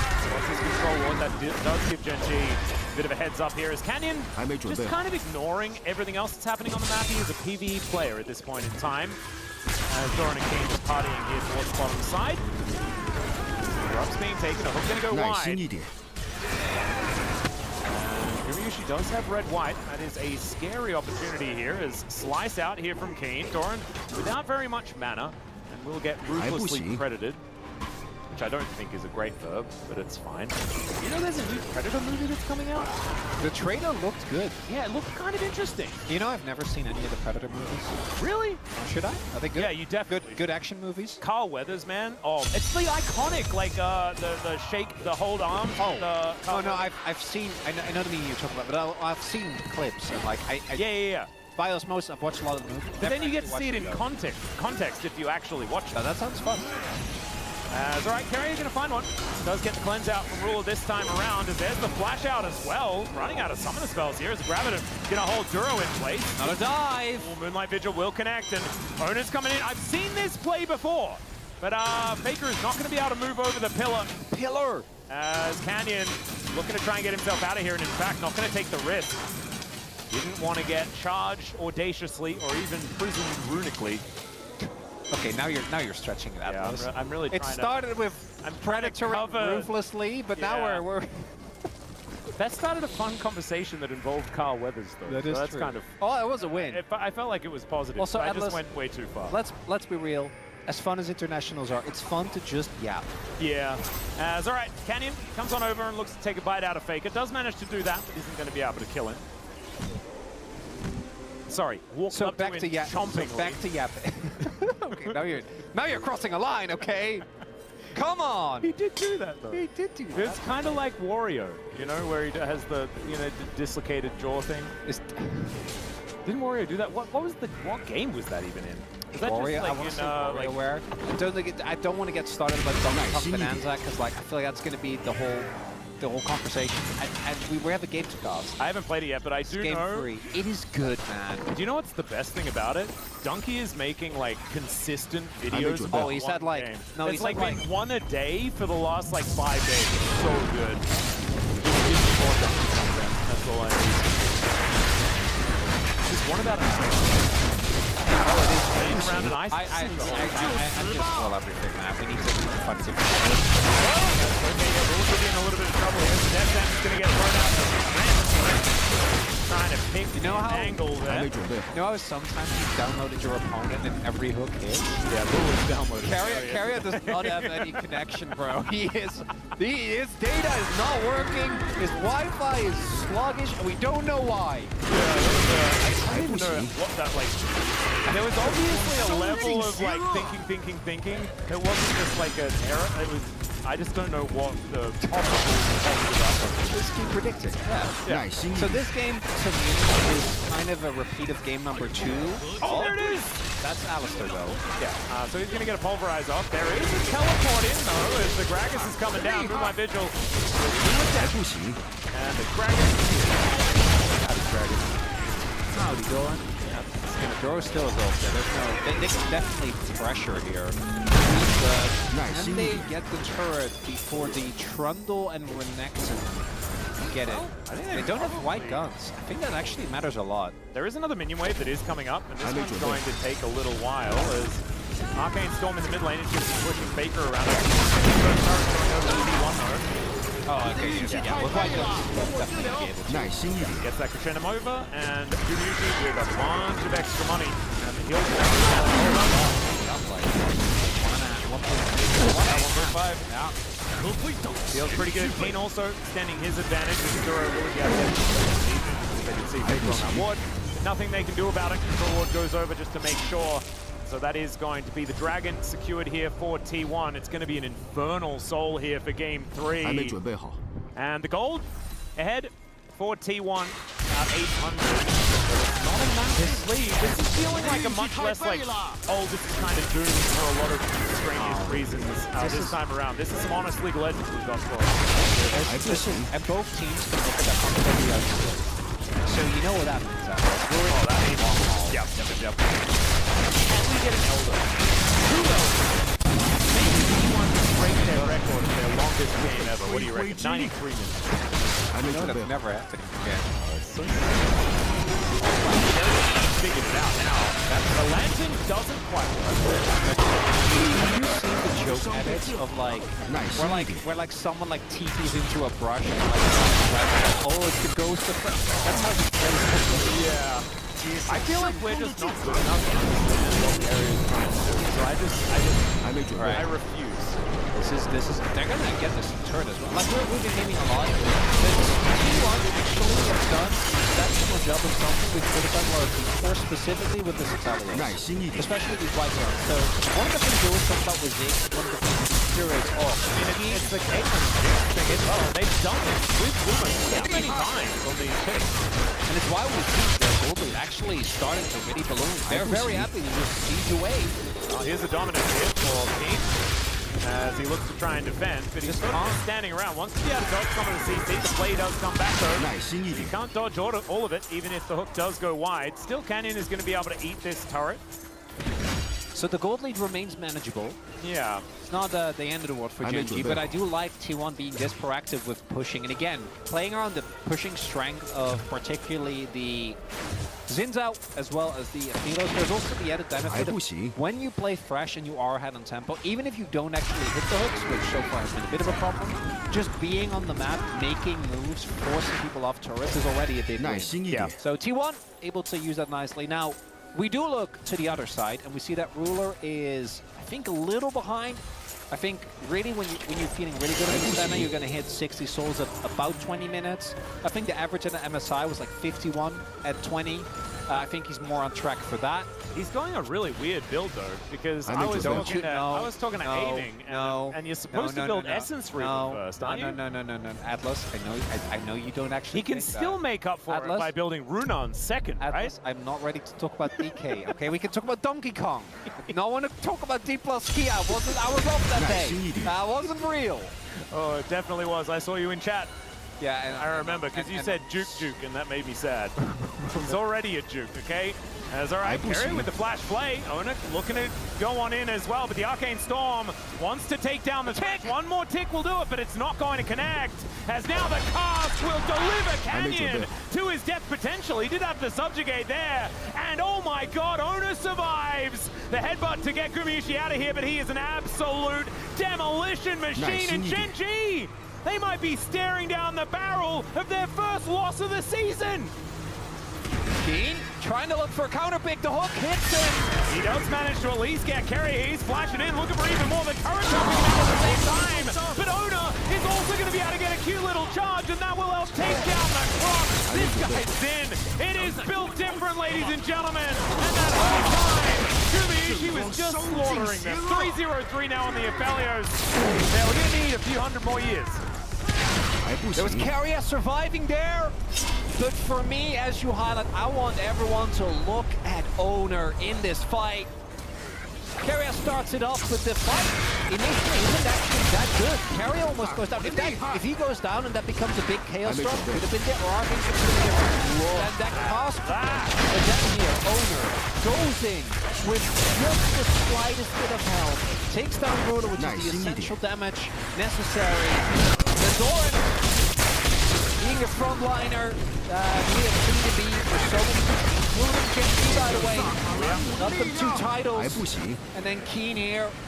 This is really funny as Owner just with barely any health left gets the point-blank charge.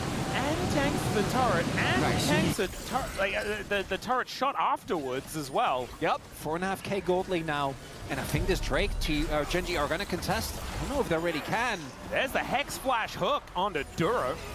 Not too much more to happen after that. There's a glorious cast onto Chovy. Does get the gravity field down as now Duro does get a pulverize, but Faker is making his way in, and Ona just finding it. Ruler goes down yet again. The entire bottom lane has been removed, and Faker will just take a bit of a journey underneath the turret. Might have been a bridge a little too far as Carrier looks for another cute little play.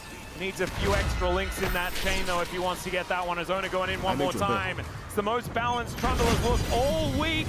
As the hook this time is going to connect. It lands onto Chovy.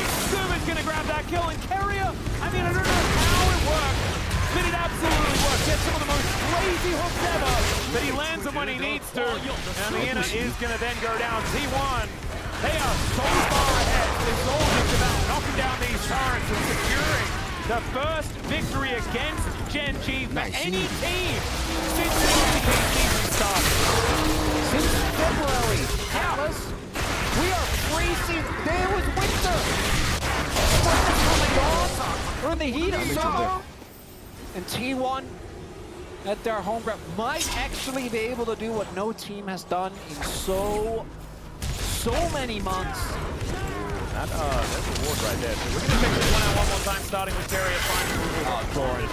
But Doran's just like, please, It's working out. There's not enough damage available, and even with Carrier looking at on that stage to go in. Ruler again doesn't get to play the video game. And then here, watch this Lantern. Faker looks like he might go down. Keen even tries to get on top of him. Doesn't quite work. Then Owner applies pressure to Canyon here. The T1. These staggered approaches, this continued pressure, as there is the download onto Chovy just in time. Yeah, he knew that one.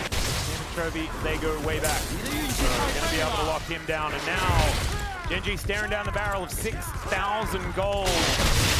That is Guma sitting 3.2k gold lead. That is 2 items on the Aphelios. Genji, yeah, Fury is pumped. They're parts of it that feel well, but Ruler's going to be behind on Soul. Really farm them up. Chovy is again going for a build that is going to take a long time to fortify him at this point. Looks like he's going to go Leandri second. Yeah, I think this is going to be a next series, Rod of Ages. Before that's going to be very useful. And I have watched Genji, I think this was the first best of 5 between them at MSI, crawl back from a big deficit. It was a very different drop. It was a very different setup. This team on top, just its skills, well, like the 5v5s will remain good.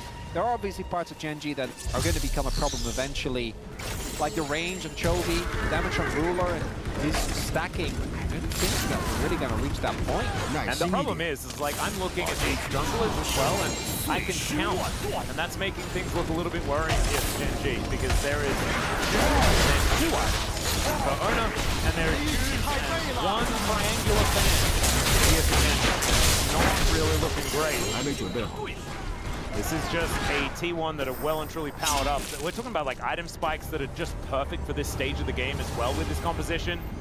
As a hook is just going to sail on by. Death Ray going to come on through there as well, as Chovy will be able to at least sidestep the cask.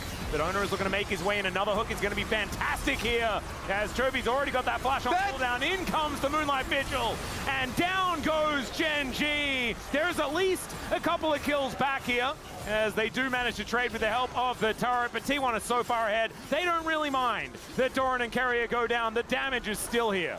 There's still a walking turret in the form of Guma. Ruler doesn't get to play an upgraded turret. Yeah, because he also kills other turrets.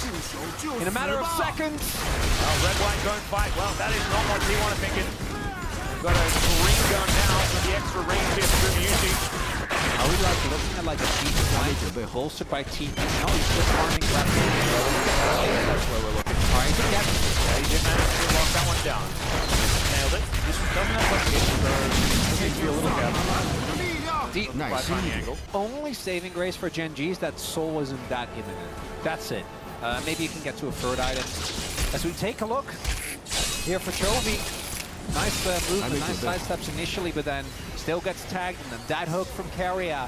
Flashes out, still gets hooked. Yeah, might not have the, again, the earlier hooks down, but these hooks on Chovy actually end up winning our fights, because Chovy doesn't get more rotations off. And the flashes you highlight is a really big deal. The fact he doesn't have that available means that both Doran, even Owner, and Carrier have way better angles. Ruler still not at 60, by the way. Duro, I swear he's trying, guys. Do not look at that combination of summoners. It's fine. Yeah. So Gen G, like, I'm trying to think of angles for them to somehow bring us to a competitive game 3. We need probably Canyon to steal, or they let this one go and he well, steal actually, the there are next 3 rounds for this particular end of the year. As Ruler is just going to get engaged on, does have to flash, and there's another cast. This time, no avoiding that, and that is Faker grabbing a bunch of extra gold. Yep, sometimes you're Ruler and you're a little bit too pushed up. This was the first pick center as well, guys. Really taking a bit of a face plant here on the side of Gen G, kind of torn apart by T1's answer. And going into this, I actually felt like Gen G's composition looked good. It is. But the way that T1 have played this, the way they moved Gumushi around the map and turned him into this slaughter machine has been just beautiful. He'll take the Lantern Ride to get himself out of there. We also just haven't seen that much success for Thresh. Even when Carrier tried to play it the last couple of times, it hasn't really been all that inspiring. This is working out a bunch better, even after a couple of flubs earlier on. And now you're also looking at a scenario where, how do you actually engage onto T1 if you're Gen G? Because there is Carrier, who is a walking lantern bot, has Flay, Canyon is dead. He might not be dead on the screen. He does have a lot he is dead. of speed maneuver. He is dead. So is this dragon. He'll run. He'll make him work for it, but yeah. Well, Alcove gaming there, as he does. Doran just going to boot himself away to try and avoid that. Not again. I've seen not this again. play before. Oh, it's the fake out, and Faker then the comes Faker in for out. I'm done.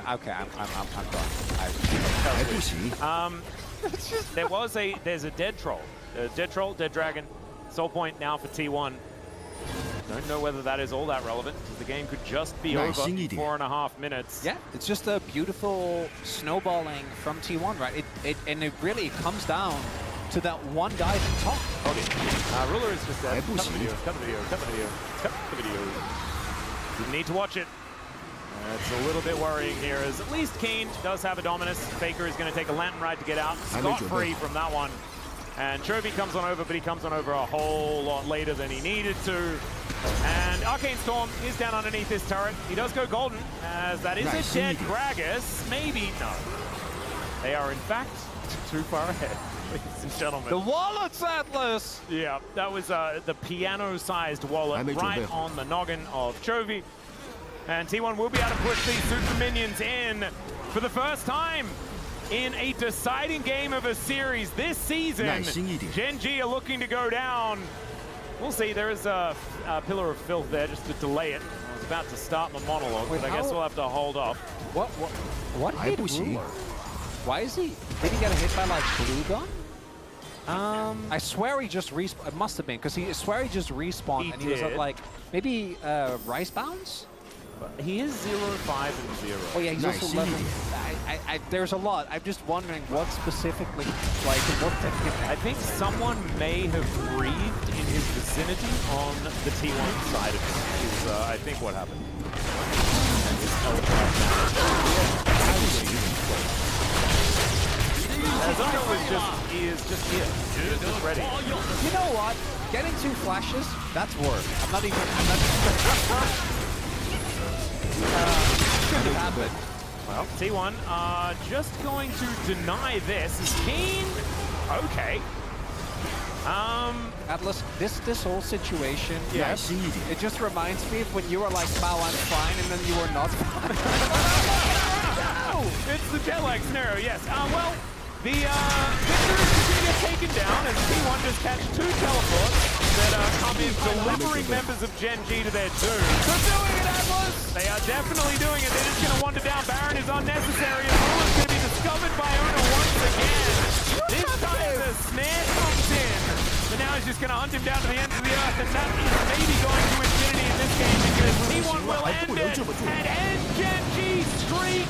27 is all they will get as T1 in their home ground will be able to take down Gen G for the first time this season.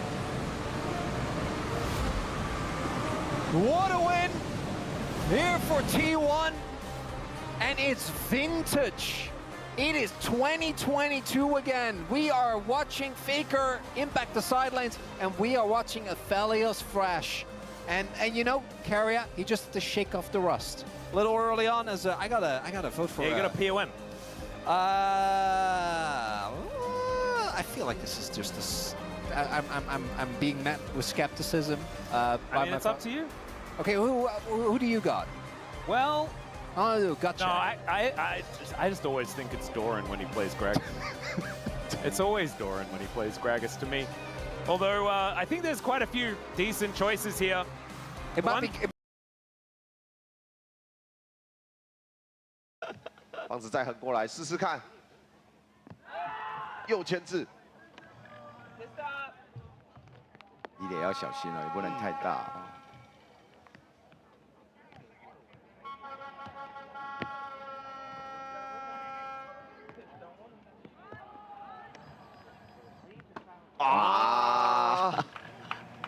连续2棒的触点都是没有点到，而且这个球其实正常来说会收棒。哎呦，像杰克这种，他们应该平常没有练得比较少了。对，可能还是都是在玩的性质。哎呀，失控了，这球6球。跟你一个投手不可能在2个好球没有坏球，对方都碰不到你球的情况下投出这种球，这一定是失投。啊，但是对杰克来说，得赚，笑了，笑了。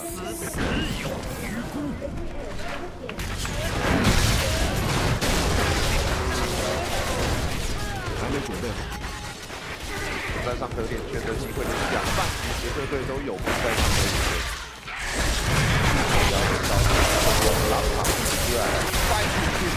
啊，有比呀，而且一垒手有做提防，你看一垒手的手背位置是不错，这个真的会点，他刚刚也真的点了，点不到啊。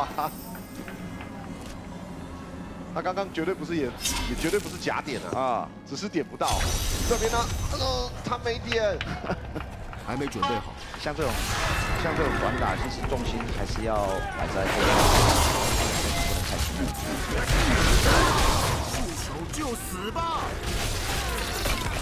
耐心一点。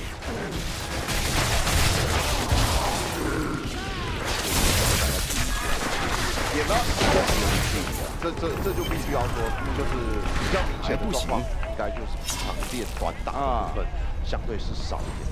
现场的观众朋友们撑起了雨伞，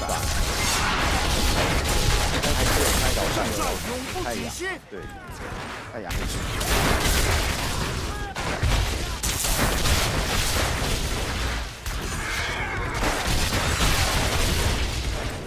还没准备好，这球放掉，单胜结局。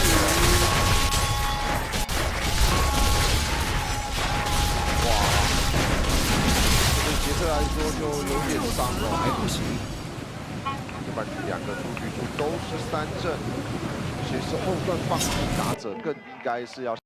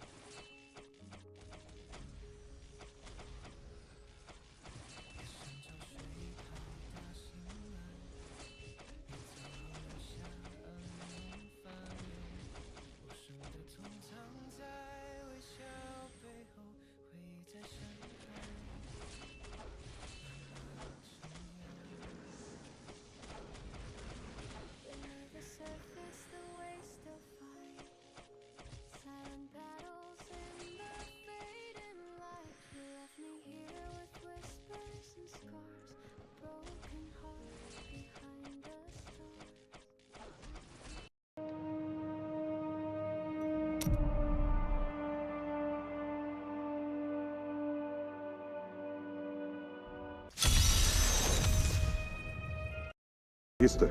It is inconsistent with the UN aim to be a universal organization that respects equal rights and self-determination of all the peoples.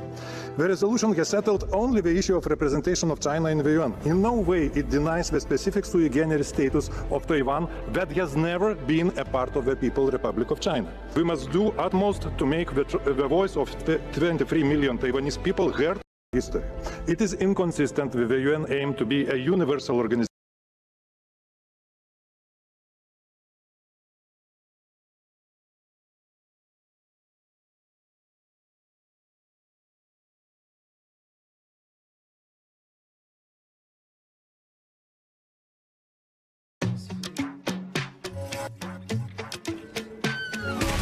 心一点。哎，真是踏破铁鞋无觅处，在这儿被我撞上。怎么着啊？还想假装不认识我是吧？运气太背了。我是谁？来，瞪大你的双眼，好好的看看我。 今天白天你路上跑撞了一个人对的吧？那个人就是我。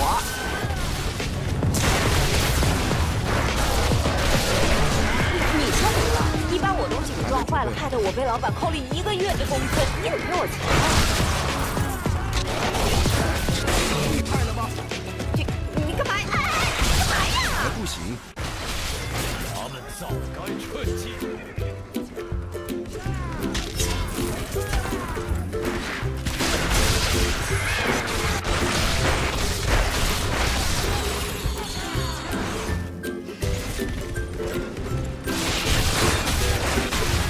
耐心一点。哎，护士，他醒了没有啊？他再醒不了了。他不死了吧？他只是轻微的酒精中毒，肯定得留院观察1晚上。啊？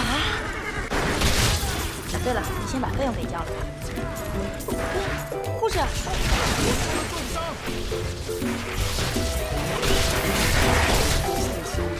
还没准备好。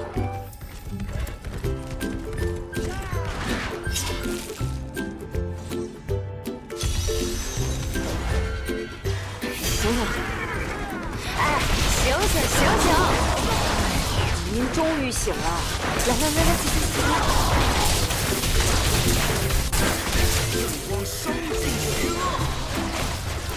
我是谁？你知不知道你睡了多久了？你干嘛呀？哎，等会儿！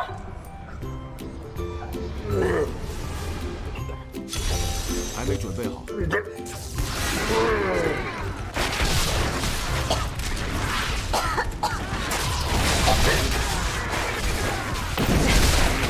证萨卡兰姆的力量。哎，你干嘛呀？还不行。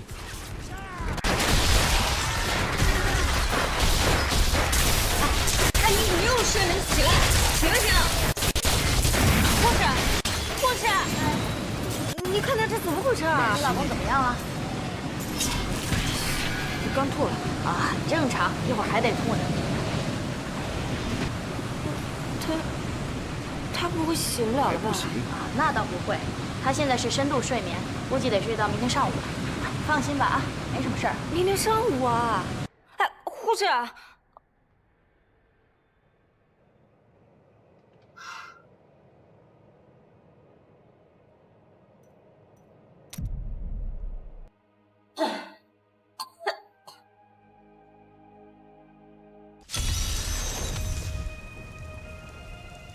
还没准备好。护士啊，等会儿他醒了，麻烦你把这纸条交给他。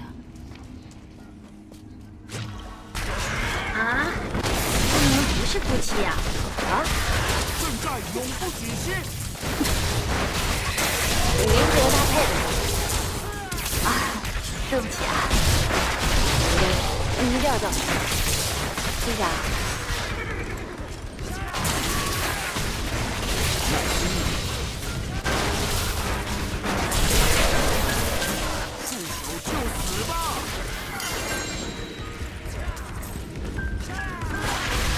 还没准备好。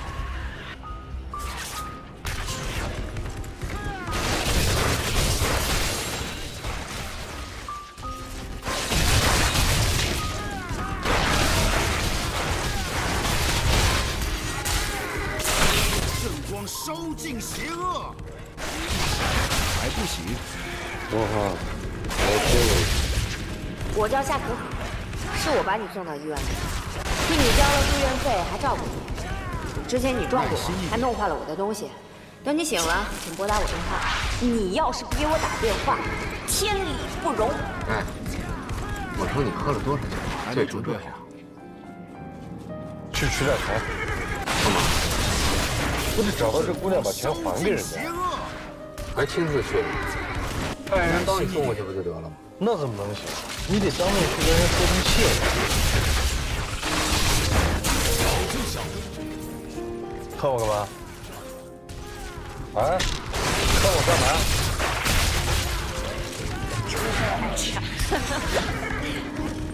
喂，你好。不行。喂，是夏可可吗？啊，对，我是。你好，我是李红海。昨天是你把我送到医院去的。您老人家终于醒了。还没准备好。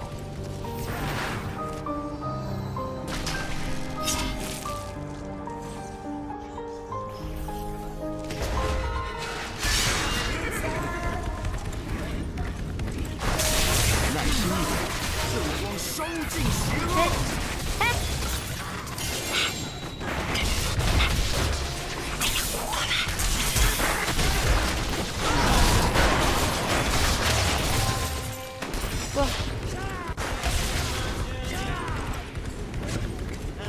还不行。我是李红海。你还记得我吗？还记得。那你还记得昨晚的事吗？昨天呀，我是喝断片了，就什么都不记得了。后来护士跟我说，晚上您一直在照顾我，给您添麻烦了，实在是特别感谢。哎，上次你怎么回事？你把我这么大一美女给撞了，你怎么就跑了呢？实在对不起，那天我是遇到点事儿。对不起我了，我被你害惨了，你知道吗？你把我给偷过送的衣服给弄坏了，害得我扣了1个月的工资，1个月的工资。这些全都是我的错，我一定赔偿。夏小姐，您说吧，我应该赔你多少钱？你住院费是3600，还有上次那件衣服扣了我1个月的工资，是4000块钱，总共是7600。OK， 这是1万整，那个零头就不用找了，就算是我给你的赔偿了，你点点。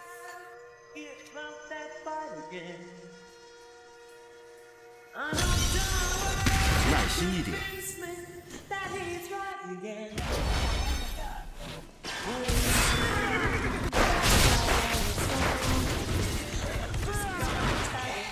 这是2乘4，我这人从来不占别人便宜，你也用不着承担。萨卡兰姆的力量。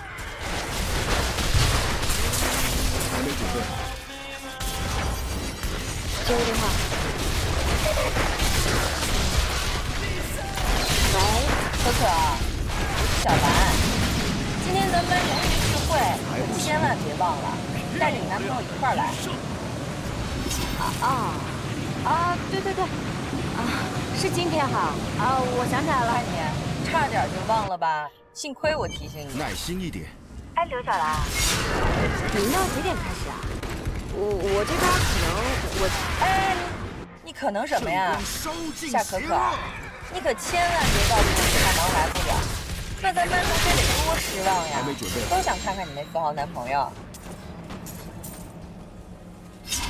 今天我是真有事儿，我就知道你来不了。我都跟咱班同学打赌了，你肯定不会来。怎么样？对了吧？这以后说话可得注意点，千万别把自己说成个笑话。没有个4号男朋友很正常。我还是那句话，做人啊，千万别攀比，人比人气死人。喂，还没准备好。圣光烧尽邪恶。来一个包子。还不行。喂，天红，刘小兰刚给我打电话了，说你晚上不去了，还说了一大堆特难听的话，太气人了。我今天晚上也不去了，我一想到他那欠抽的药我就恶心。你说这事也怪你，没事跟他斗什么气呀？嘿，这气我还非斗下去不可。耐心一点。真是讨厌。怎么了？束手就死吧。还不行。没说你。要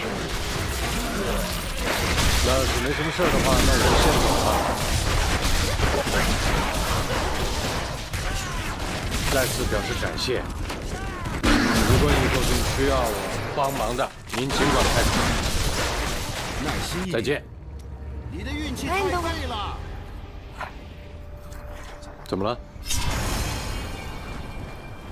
我现在就有一个忙需要你帮。还没准备好。您说。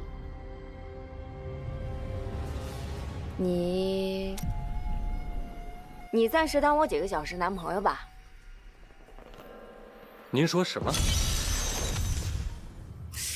还不行。我说，你暂时当我几个小时男朋友，没意见吧？接受胜利。就这么个事儿，你听明白了吧？就是想让你装一回我男朋友，装一把有钱人，在那2个人面前帮我出口气。耐心一点。行还是不行啊？帮忙是应该的，我也非常愿意帮忙。可是什么呀？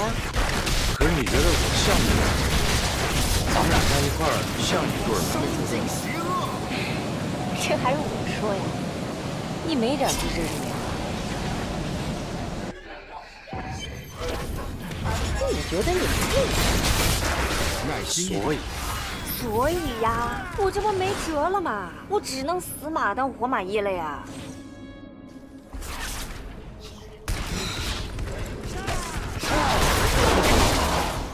让你装个有钱人还真有点。你这上看下看，你左看右看，怎么看都不像个有钱人。这你都看得懂，您可真有眼。还没准备好。你怎么一眼就看出我是装大？那当然了，我跟你说啊，我这一打眼儿，我就跟那个 X 光透视似的，你基本什么情况我一眼就看出来。不行。怎么着啊？你还想在我面前装大款？装大款？不敢，这个我可真装不了。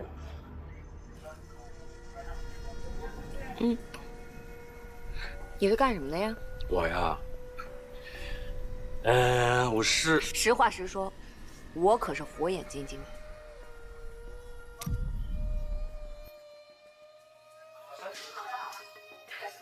我是啊，开包子铺，我就是专门卖包子。你还真别说哈，还真像。其实从上到下，他就是一个开包子。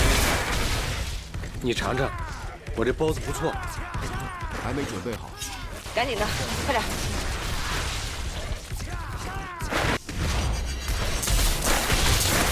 这是干嘛呀？你换套衣服呀。用不着吧？怎么用不着啊？就您这浑身上下一股开包兔的气质，我不给你包装一下，怎么带出门啊？大哥，你记住了啊，今儿我带你出去，你就不是你自己了，你必须是一富豪，懂了？懂了。懂了你就拿出点行动来，赶紧试衣服吧。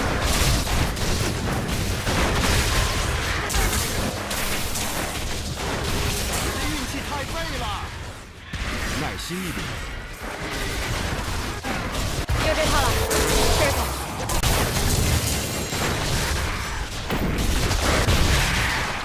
怎么样？不合适，换。不好吗？你说呢？哎，这可是我们工作室今年夏天的主打款，怎么穿你身上变成这样了呢？不好吗？嗯，换去吧。哎。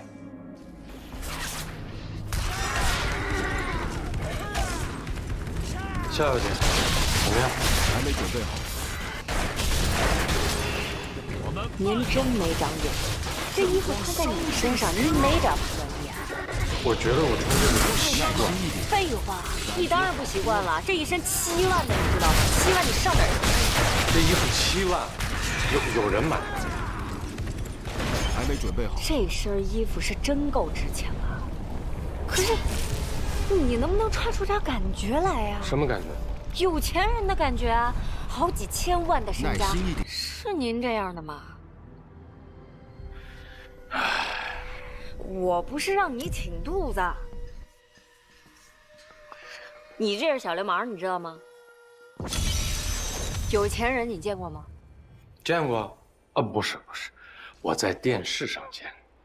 你想想人家是什么样，说白了，你就得有一种气质，自带的一种气质，眼神很淡定，又很有神。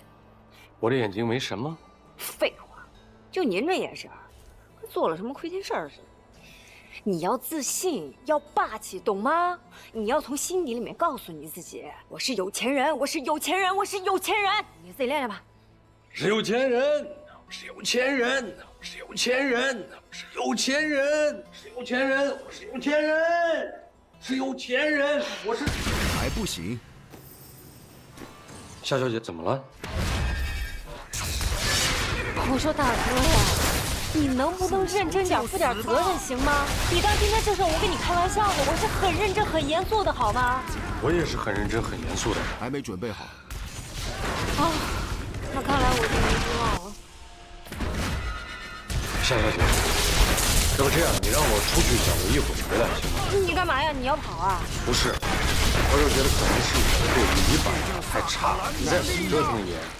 所以你让我自个儿出去想想办法，我一会儿就回来。你放心吧，今天我是舍命陪君子。啊，一会儿你就在楼下等我就行。还不行，去吧。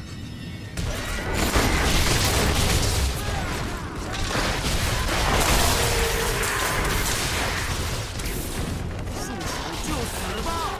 还没准备好。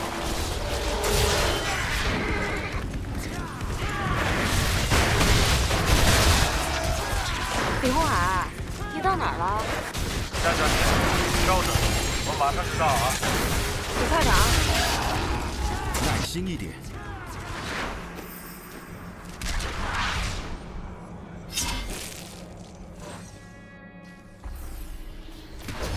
还不行。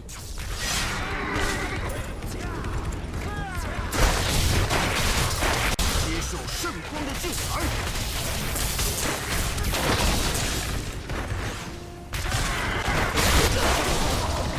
夏小姐，上车吧。还没准备好。李红海。啦啦啦啦啦啦啦啦啦啦啦啦。啦啦啦啦啦啦啦啦啦啦啦啦啦，啦啦啦啦啦啦啦啦啦啦啦啦啦，啦啦啦啦啦啦啦啦啦啦啦啦啦，啦啦啦。这车是我借的，我虽然没钱，但是我有一个发小，他是个大老板，有钱人，我们还是有交情。我从来没跟他张过嘴，这回呢跟他说了一下，他就借给我，还带了个司机。现在看现在有钱了吗？有这么个大家伙撑着，有点像了。行，你满意就行。哎，对，等我们聚会的时候你见到我，你一定要表现得特别爱我，你记得要特别爱我才行。明白。啊，你要表现得特别直接，你要让他们一眼就看出来你宠我，特别宠我，那简直就是含在嘴里面怕发了，滚在手心里面怕摔了。疼你耐心一点，你会吧？我一定会。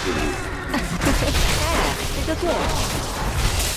你看你这嘴上都起水了，这么难看。来，尝尝。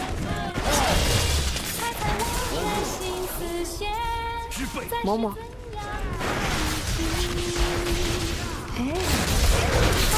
厉害了吗？谢谢。还没准备好。哎，你就别叫我夏小姐了，从现在开始叫我可可。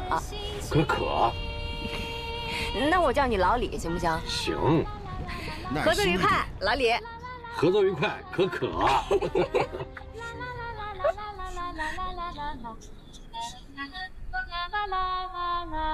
你说他夏可可跟我比什么呀？他配吗？他找什么富豪男朋友？他那样能找着富豪男朋友吗？天生一个丫鬟女，我都不知道你当初看上他什么了。我当时不是不懂吗？你说你要跟了他，你能有今天吗？我明白，我能有今天呀，多亏了咱爸帮我。我跟你说，他夏可可今天他都没脸来。是，他今天都。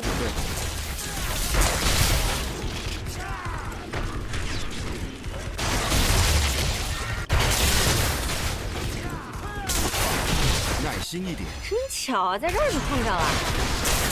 来，正好介绍一下，这是我的男朋友李红海，这位是我的前任男友刘浩。你好。还不行。你好。对了，这位是刘小兰，是我前任男友的现任老婆。现任老婆。你好。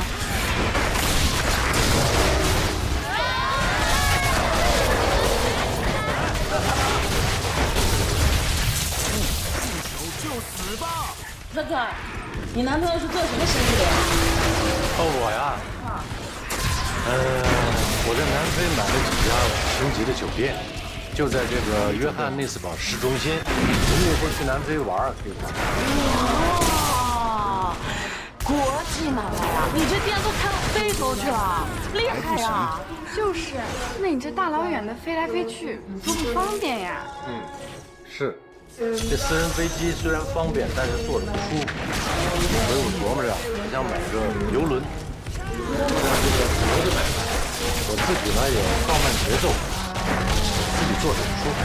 哇，那也得心夫妻贵呀。哎，你打算在哪儿买游轮？需不需要我帮你介绍？华人圈的那个拳王周云，你认识吗？知道。我跟他特熟。要不我现在给你打个电话，帮你订条船。好啊。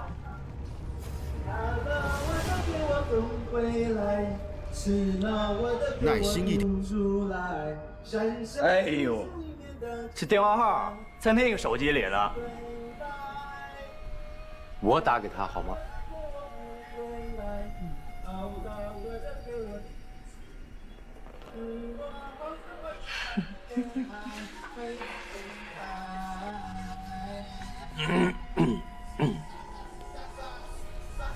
红海啊，怎么想起给我打电话了？老周，我想从你那儿买个游轮，就是坐3000人的那种。行啊，你买的话，20亿内保准拿下。总算开窍了，这条船我保证你赔不了。得嘞，就这么着。哎，另外有个事儿，我有一个哥们儿叫温浩，说跟你特别熟，你认识他吗？我的厉害。文浩，不认识，肯定不认识。现在骗子挺多啊，小心点哦。行，得嘞，咱们见面聊啊。好啊。哎，这样，等我买了这个游轮呐，我请你们所有人去南非玩。谢谢可可，这下我们都沾了可可的光了。可可，老实交代，哪儿掉来这么一男的呀？谁抹掉他呀？是他自己咬的钩子，好不好？死皮赖脸的咬着我，怎么都不肯松嘴，我有什么办法呀？是不是？对，我对可可呢，那是一见钟情啊，想甩掉我，基本上没可能。我对可可没有别的办法，只有一个字：钱。杂音为主。但是我这个人呢，特别低调，拜托各位同学今天别发朋友圈了，行吗？对啊，你们谁都不能发啊！我们家老李是个低调的人，今天要不是我拽着他出来，他怎么都不肯来这种地方的。来，吃。我就当这个主陪说了算。行了啊，问号，我那酒桌上能喝，我先一会儿就别回。我惨了，受得了吗？你长。就是得喝，敢了吧？这个痛快，女人少插嘴。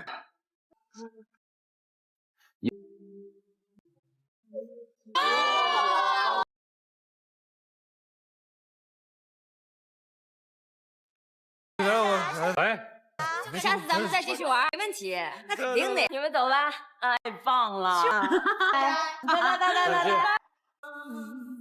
我真没看。哎，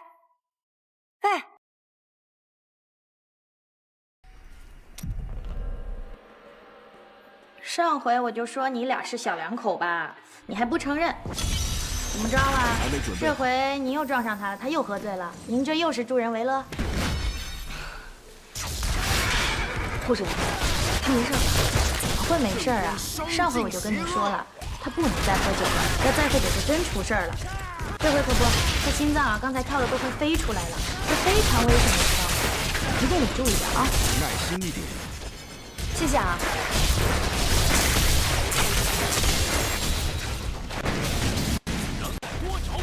仿佛夜空出现的还不行，耀眼的星辰，触摸不到的感觉，是真实的爱情吗？我给你煮了粥，还带了饮料，你想喝哪个？耐心一点。你好点没？我好多了。老李，你昨天功劳大大的。你解气就行。太解气了。来，昨天表现你给打个分吧。还没准备好。满分。老李，你太神了。哎，我就想不明白了啊，就你那酒量，你怎么就能坚持着不倒呢？哪有什么酒量？还不行。我从来都不爱看别人斗富斗强。我一想，我是谁呀？我可是夏可可的男朋友啊，我可不能倒下呀，我可不能让你跌份啊！来，喝点。来。还没准备好。哎，对了，你真认识周云啊？当然。当然不认识。我是逗他的。还不行。你觉得我昨天像个有钱人吗？有没有钱我都已经不在乎了，关键是啊，你昨天绝对是个爷们儿。耐心一点，纯爷们儿。来。哎呦，小两口还真挺恩爱啊。哎，我可真得说说你，还没准备好，以后啊，真得少喝点啊。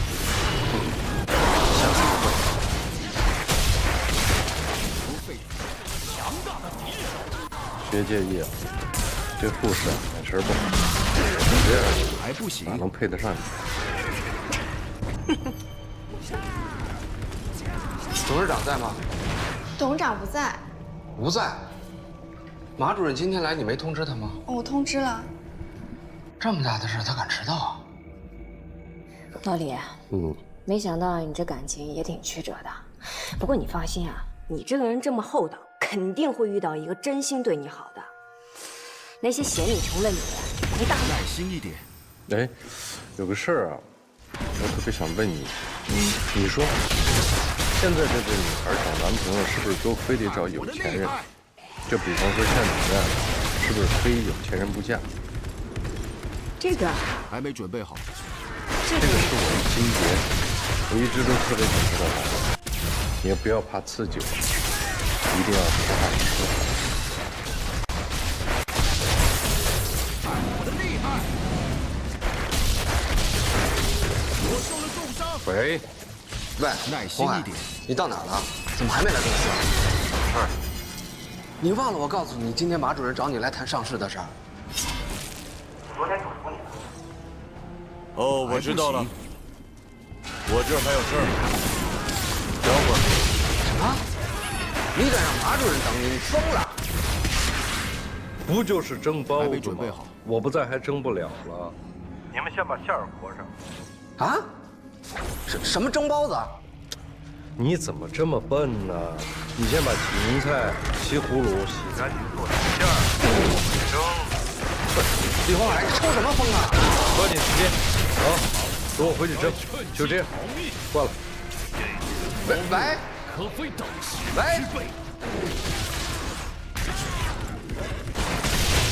还不行。你有急事啊？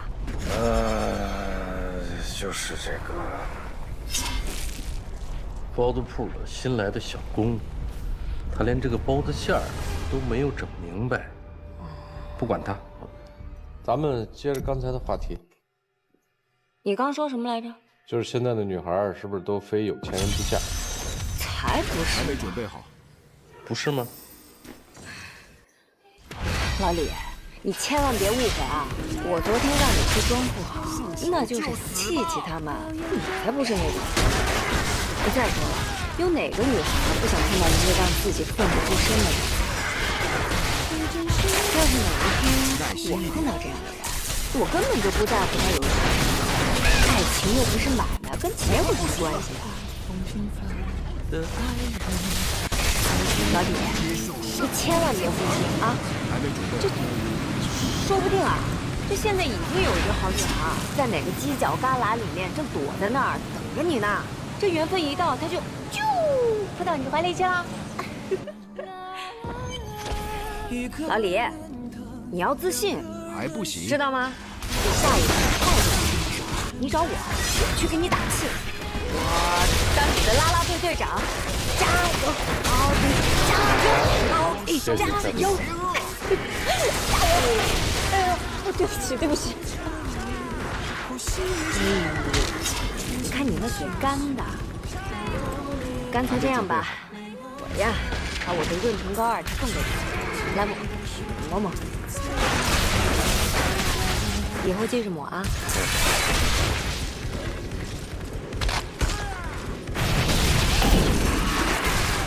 包子铺要催你。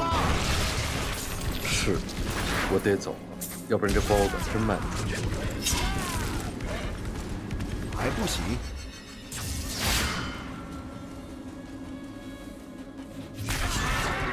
你什么情况？马主任都等了你快1个小时了。我错了。我说你抽什么风啊？一会儿包子铺，一会儿肉馅的，还挂我电话。挂你电话是因为我在台上。有什么事儿比咱们公司上市还重要？我谈的这个事儿就比上市更重要。老张，什么事儿啊？关于爱情。休想阻止我！哎，我都能想象你把刘小兰给气成什么样了，太过瘾了，真解气！哎，你从哪认识这么一个卖包子的老李啊？天上掉下来的。耐心一点。要是天上掉下来个大富豪多好啊！一切皆有可能。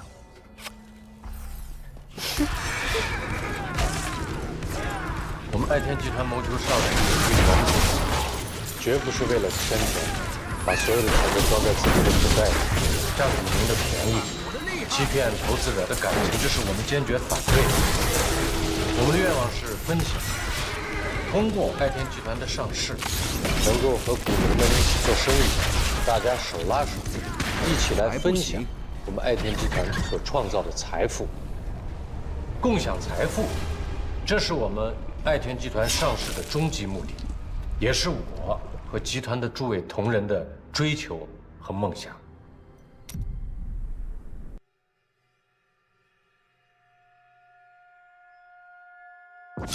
红海，你刚才的发言很精彩，大家都看到你一个企业家的情怀。咱们现在就谈一下具体问题。您说，你要带头学习一下我们对上市企业的各项审核标准。都说企业上市，董事长都要扒一层皮。红海，你可要做好准备。明白。来，红海，怎么了？那没什么，您接着说。我们的审核从下面开始，你要首先从以下几个问题来着手，尤其是财务方面。哎，红海，你怎么回事？马主任，耐心一点。对不起，您稍微等我一下。这才事儿啊！哎，这什么事儿？还不行。红海，马主任跟你谈的事，你跑出来干什么？别嚷嚷，丢东西，丢东西了！什么钱包啊？不是润唇膏，来个润唇膏。润唇膏？我进大堂的时候，我跟我在，肯定就在咱们酒店。不是，马主任跟你谈的上市的事儿呢，你赶紧回去行不行？这个东西不能丢，我去跟马主任解释一下。红海，你正常点行不行？一会儿包子一会儿润唇膏，你抽什么风啊？有什么东西丢了，我给你找行不行？必须给我找，我肯定在咱们酒店。我知道，快回去，回去。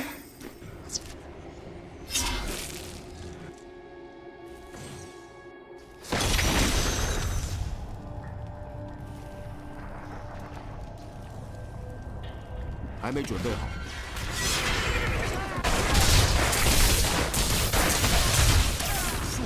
你说你让我说你，就为了个润唇膏，你至于吗？你懂什么呀你？这是有纪念意义。纪念什么呀？纪念你当了一把穷光蛋，还是纪念你当了一回包子铺小老板？耐心一点。亏你还是我这么多年的哥们儿。这么多年了，这女人一见到我呀，眼睛里就仨字儿：有钱人。还不行。只有在这个小姑娘眼里，我是个穷光蛋。当了一把纯爷们儿。我说这姑娘怎么眼这么拙呀？能把你李红海当成穷光蛋？穷光蛋才说明问题啊！他才说明了我，就算是穷光蛋，就算是开包子铺的，在女人眼里一样是有魅力。你知道他是怎么说我的？老李，对于你来说，有钱没钱已经无所谓了，关键你是一个爷们儿，你听听。这话你也信？我干嘛不信呢？我还要加他的微信。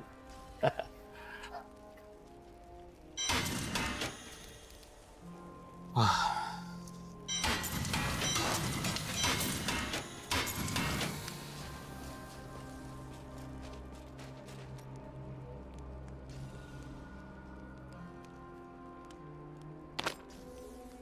老李，你包子铺那边还好吧？没耽误你卖包子吧？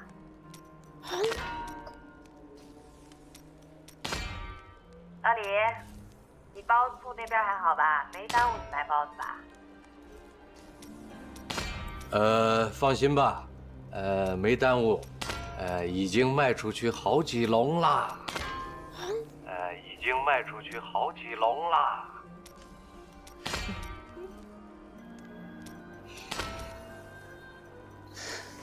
哎，我说，你跟个小丫头片子这么聊有意思吗？反正比跟你聊天有意思。哎，我告诉你，你别看她岁数小，我跟她还真是有一种相见恨晚、绝对知音的感觉。哎，哥们儿，这儿我指的是心里很受启发。我说。这么个小丫头片子，她能启发你李红海？你知道她是怎么说的吗？啊，她说，在茫茫的人海当中，总有一个人在那儿等你。你要有耐心，越是在你绝望的时候，越是在你黑咕隆咚你找不着北的时候，越是在你觉得你的人生已经快要完蛋了的时候，相信吧，这个人就快出现了。你听听，我看你快完蛋了。我告诉你，就这种话呀，我在微博上能给你找好几万条，简直就小学生水平。小学生说的对，那也得听。洪海，我跟你说点正经的，行吗？咱以后别不合时宜了，啊！我求求你，咱们注意点形象好不好？正跟证监会的大领导谈咱们集团大梦想呢，你神经病啊！这满地找口红的，真是怎么了？哎，集团的大梦想就是梦想，我个人的小梦想就不是梦想了。我还告诉你，我个人的梦想就是，我知道，那就是找一份纯洁的爱情，对吧？你呀，就在你的茫茫人海中慢慢寻找吧，啊！你给我吧你，我跟你就没有话说。邪恶永无歇止，我等亦当如是。水说，今儿为什么逃课？没意思，我不想学了。你再说，我告诉你啊，你前面上了那么多课，受了那么多苦啊，这都白费了。今天我还跟你说了，你想学得学，不想学也得学。我就不去。你再说。哎，刘大哥，怎么了这是？这孩子要气死我呀！他今天逃课，他不去练琴，你知道吗？啊？哎，您先别生气啊。巧巧，你为什么不去练琴啊？阿姨问你话呢，说话。刘大哥，别着急呀。巧巧，要不这样吧，今天晚上你就别回学校住了，跟阿姨回家住去，正好晚上咱俩好好聊一聊，好不好？进去看看嫂子吧。啊，走。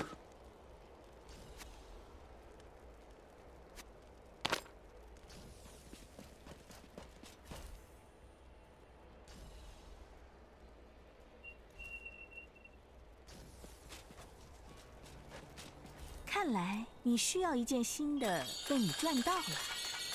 我的父亲会以你为傲的。什么事都可能发生，待会儿见。哦，那不是挺好的吗？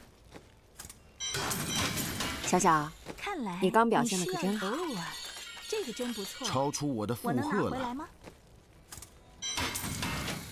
小小，阿姨知道你喜欢拉琴，只是因为心疼爸爸妈妈，所以才不想学，对吗？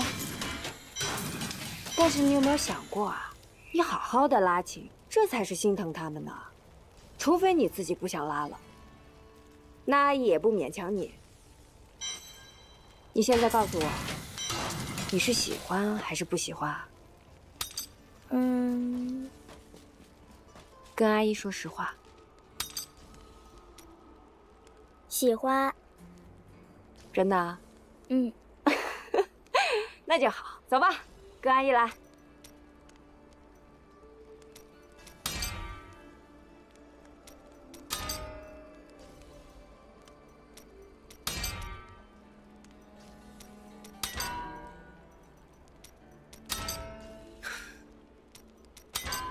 唐老师，唐老师回来了。啊，回来了，一会儿有礼物。好。